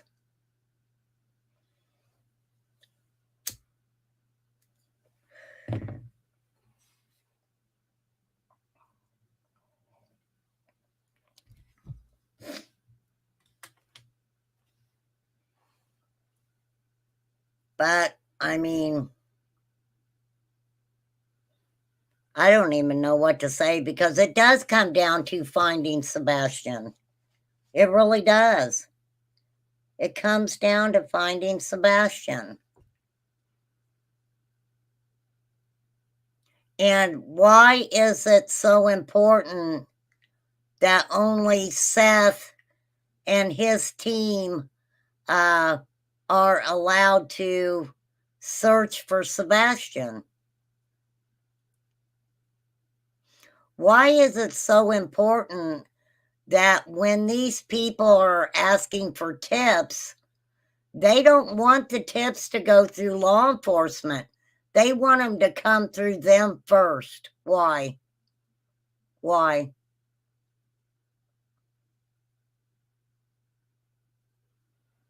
But I showed you guys the Court TV interview that Seth did with Tony.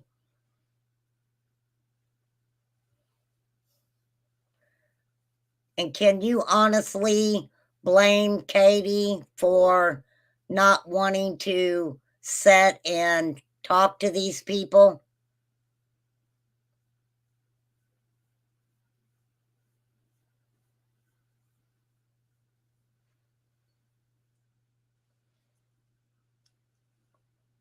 Well, I don't, I would watch Dog the Bounty Hunter back when Beth was around. Because I just loved watching Beth. I mean, she was the head bitch in charge. I loved watching Beth. It was very heartbreaking when she passed away. It really was. But I kind of, didn't watch Dog the Bounty Hunter after that. So the next time I kind of heard, well, I would hear a story about like his older kids, like Leland and them, having problems and starting their own businesses and stuff. I heard stuff about that, but other than that, I hadn't heard of Dog again until Brian Laundrie. I don't think parents or anyone close to a missing child should be allowed to speak on social media. I agree. Be the Bean.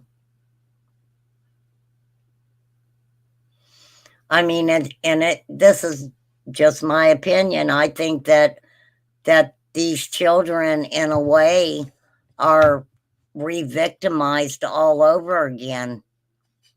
And I'm not saying that people mean to do that.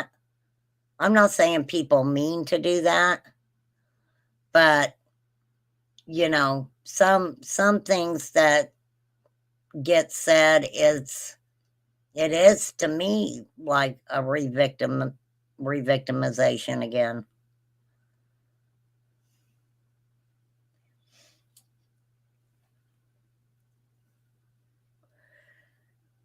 And this is kind of different here because, you know, we had Dawn and Candace Wells who did not use the benefit of law enforcement to get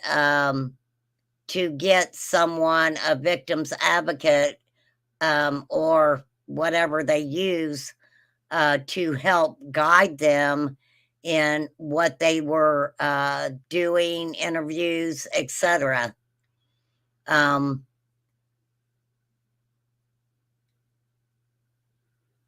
That didn't help them any, I would say, but to each their own, to each their own. And then we've got Seth Rogers, and what is he doing? And what I'm seeing, this is what I see, is him pushing law enforcement away. And to me, he's been doing that from the beginning.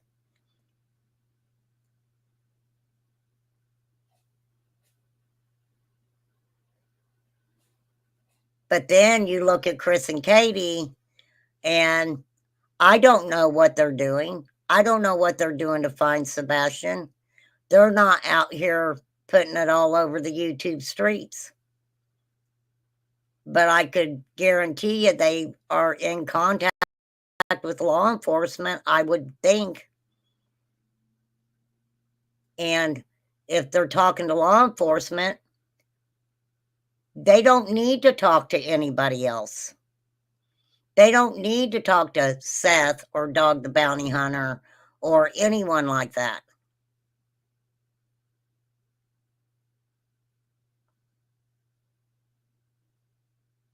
So, I mean, for real.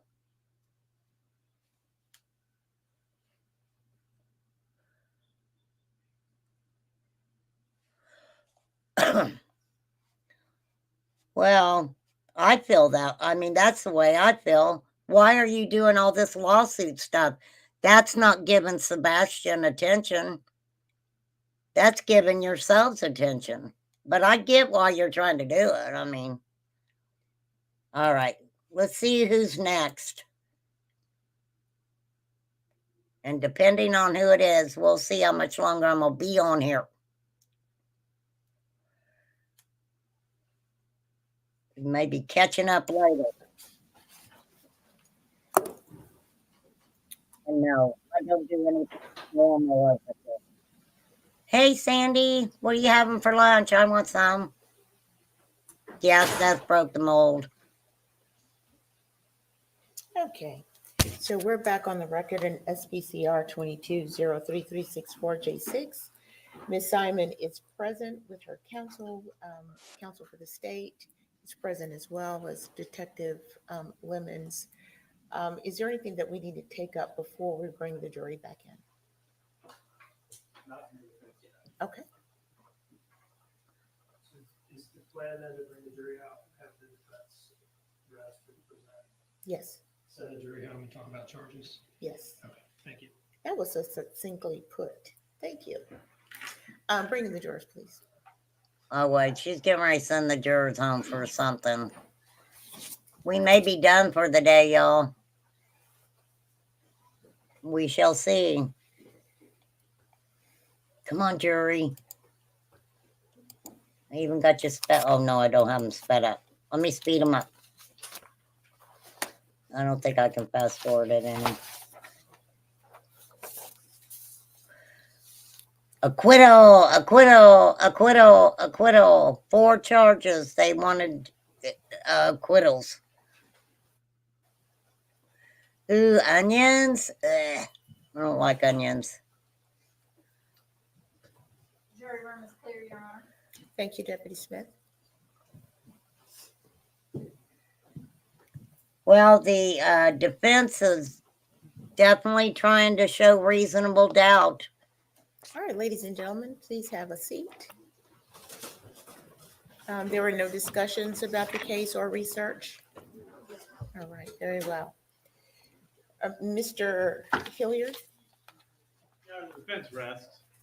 All right, thank you. And with that, ladies and gentlemen, we are going to release you for the evening. There are some legal matters that we need to take up outside of the presence of the jury. I'm going to have you come back tomorrow at 10 o'clock a.m. Please continue to follow the court's instructions. Do not discuss the case. Don't let anyone discuss the case with you. Don't watch television shows. Do not do any separate research. Okay, so I don't know if they'll. Wow. Wow. We're just. The defense hasn't even got started yet. I don't know how many. I don't know how many witnesses the prosecution has left. I guess we'll see. I don't know how Billy Joe's not going to be testifying. She took Leilani to the FBI. I thought it was interesting because I know y'all, a lot of you don't listen to this stuff, but I thought it was interesting that the Lemon, the girl with the long blonde hair, I want to call her a detective. I could be wrong, but or no, she's FBI, I think, but her last name's Lemon. Where she talked about the day that Billy Joe brought Leilani to them was the day that they were coming to get her to arrest her. So I would like to have that explained a little more, because I was always the understanding that Leilani was going to leave rehab and Billy Joe was afraid that she was going to take off and get into more trouble or, not be able to be found or whatever. So I kind of wonder if she wasn't contacted and told, we're going to bring Leilani in today, and they told her, she said she would bring her, and Leilani took her to get something to eat and then took her in there. That had to be the hardest thing as a mother, to take your only daughter into the FBI office for being suspected of taking the life of your grandchild. That has to be hard. It really does. Oh, I love this judge. She does seem down to earth and very respectful. And I thought it was interesting that the FBI, when they were talking to Leilani, they were being very respectful to her also. But, I mean, they're correct. She never admitted to taking Quentin's life. She never admitted to doing anything to Quentin. But she talked about the trash bags and things that she was saying. We're talking about FBI agents who'd been on the job, for a period of time. I wonder how many times that they've actually worked a case, not necessarily that the child was, thrown in a garbage and taken to the landfill, but children who went missing and different things like that. So, one thing that I noticed about I don't want to say all YouTube creators, but there are many that automatically find fault in everything that law enforcement is doing. Everything law enforcement is doing, somebody will find fault in that. So, but I will leave that right there. I will go back and see what is up with that. And there is a testimony in the Sarah Boone trial. I'm going to save it to my watch later list because it's really interesting. Also, from my understanding, Sarah Boone herself is supposed to testify. I'm not sure. I will go back and triple check on that. And when she does take the stand, if she does, we're definitely going to watch that. We're definitely going to watch that. There is so much going on right now. The Delphi case, wow, wow, wow. It's a lot. It is a lot. So, what I'm going to try to start doing is just keeping an eye, keeping some good notes, and maybe we can do a little update on these different cases.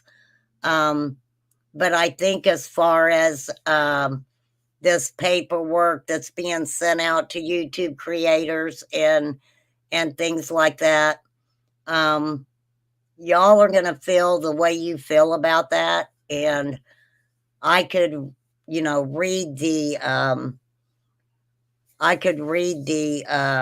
what is it? UPEPA. Just Google it. Just Google it. I've talked about it so many times. It kind of gives you the rundown on what's going on. Now, my opinion on Dog the Bounty Hunter, and like I said, I haven't followed Dog for a long time, but there was a reason. Let me say this. In my opinion, there was a reason that the name Summer Wells and Dawn Wells got associated with being someone that Katie Proudfoot knew or some nonsense like that. Okay? That's never been proven. And even Dawn says no. They're like, no, we don't even know that lady. Why? Give me your opinion on why do you think that case was kind of put out there with the Sebastian Rogers case? Does anybody think like Remain Calm does? What happened there?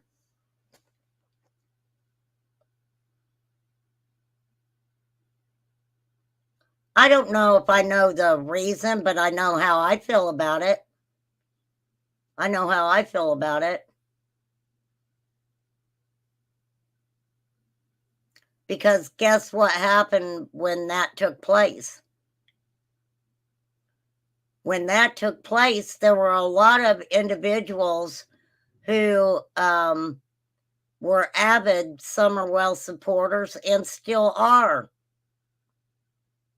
Some of those people still watch the things about the Summerwells case, and others, check on it, but are talking about a lot of different things.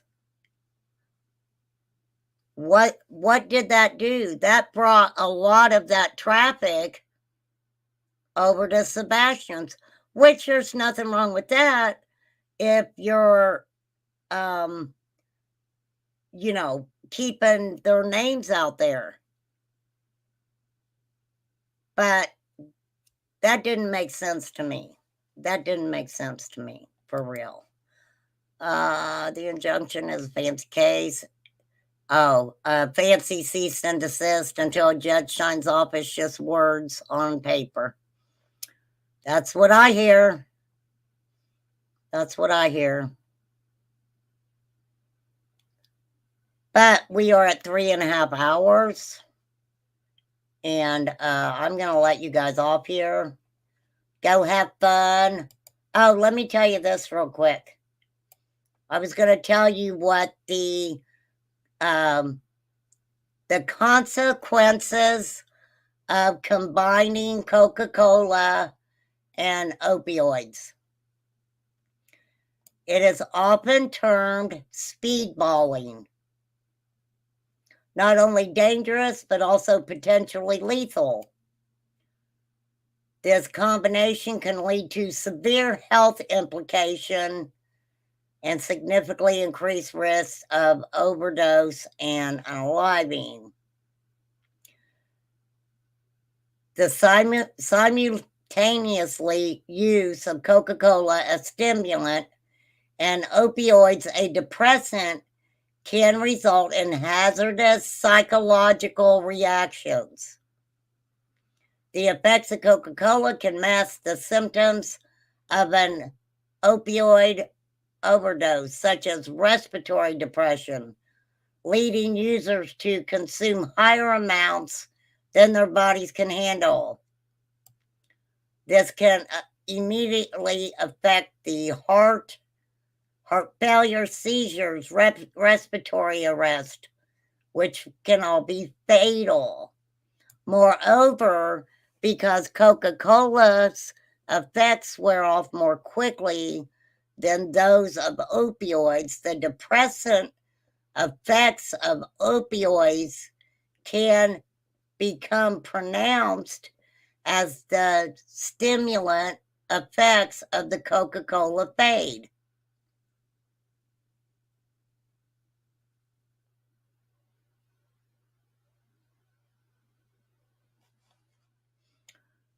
Oh, so they're saying once the Coca-Cola starts fading off, it heightens the opioid.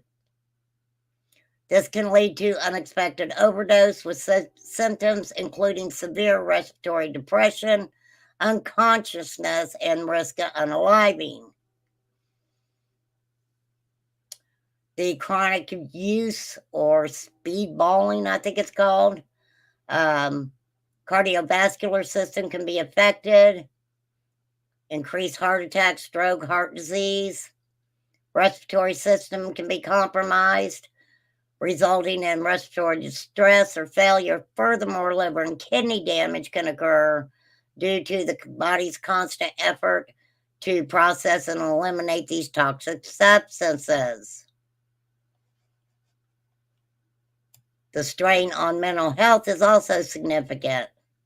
The constant highs and lows associated with speedballing can exacerbate underlying mental health issues and lead to new ones, such as anxiety disorders, depression, and bipolar disorder. The psychological implications. The combination of Coca-Cola and opioids can have a profound effect on a person's mental health.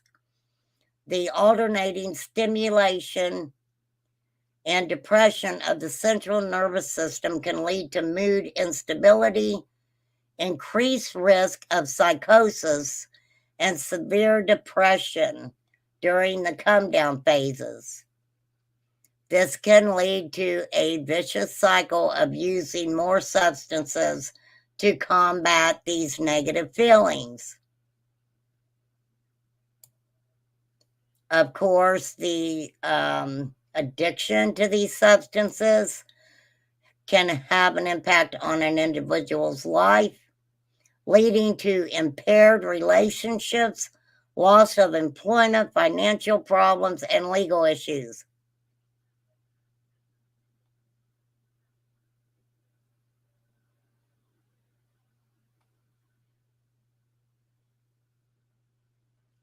Wow.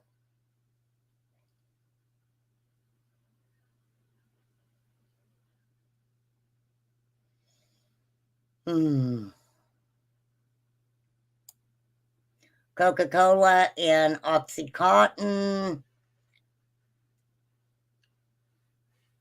can increase the risk of severe mental issues such as psychosis, anxiety, and depression.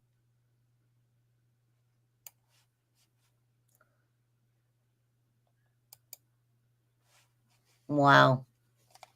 Wow, wow, wow. I don't either, H. Let me look again.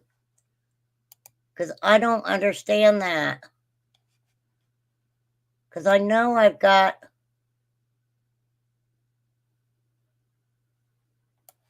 Right there's one.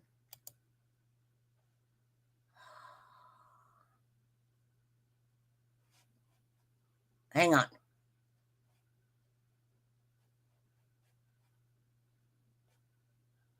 Huh.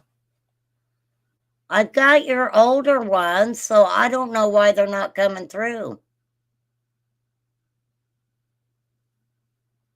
For real.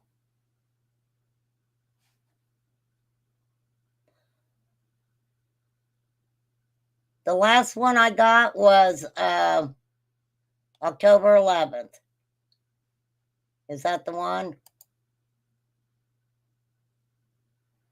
No, that ain't the one. I don't know, H. I'll have to check, honey, because I don't know. I really don't know. I mean, if I got the one from the October 11th,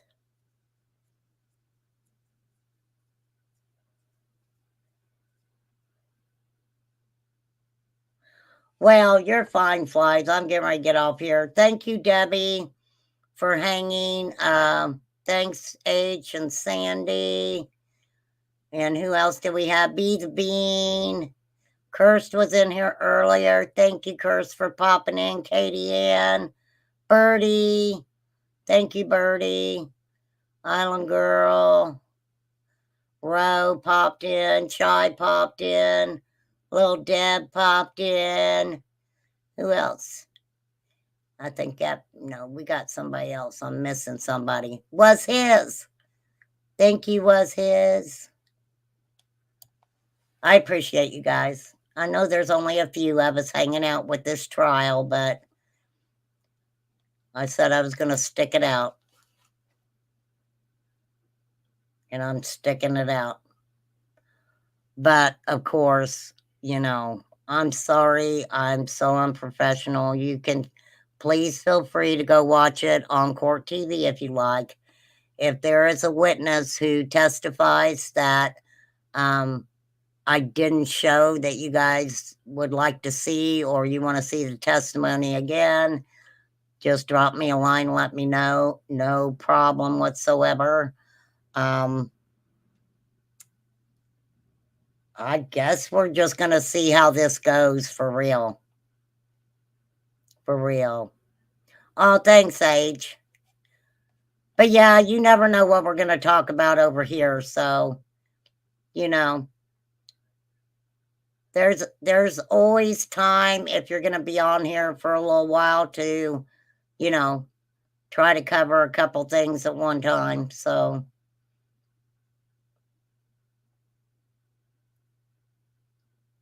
but, you know, I'm going to keep up with some of this stuff going on with Seth Rogers and them, but I just feel like none of that has anything to do with Sebastian.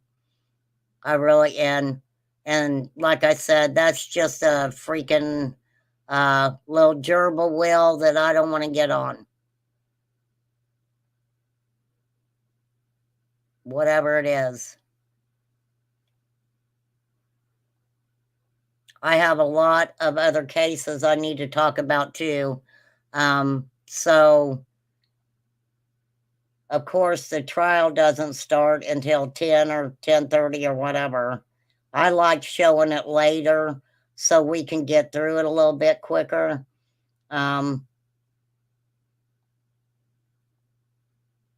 So,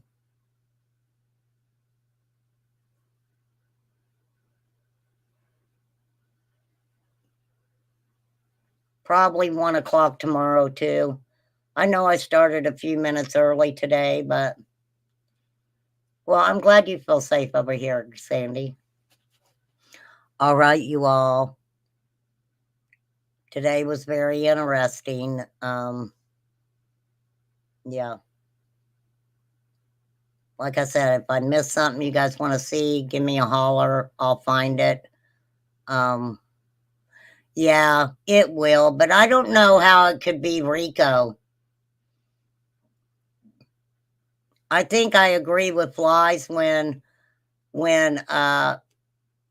she felt that it's more like a fancy cease and desist. But I think everybody should, just be aware. But when you got, in my opinion, when you got somebody who set the tone for how I feel that these YouTubers or social media, set the tone for things to transpire this way. There are people who have filed these injunctions, and it's my opinion. Their names need to be on it too. They need to police themselves for real. I'm just saying. So I'm getting my ass off here. Peace out, everybody. Peace, peace, peace. Thank you guys. I appreciate you.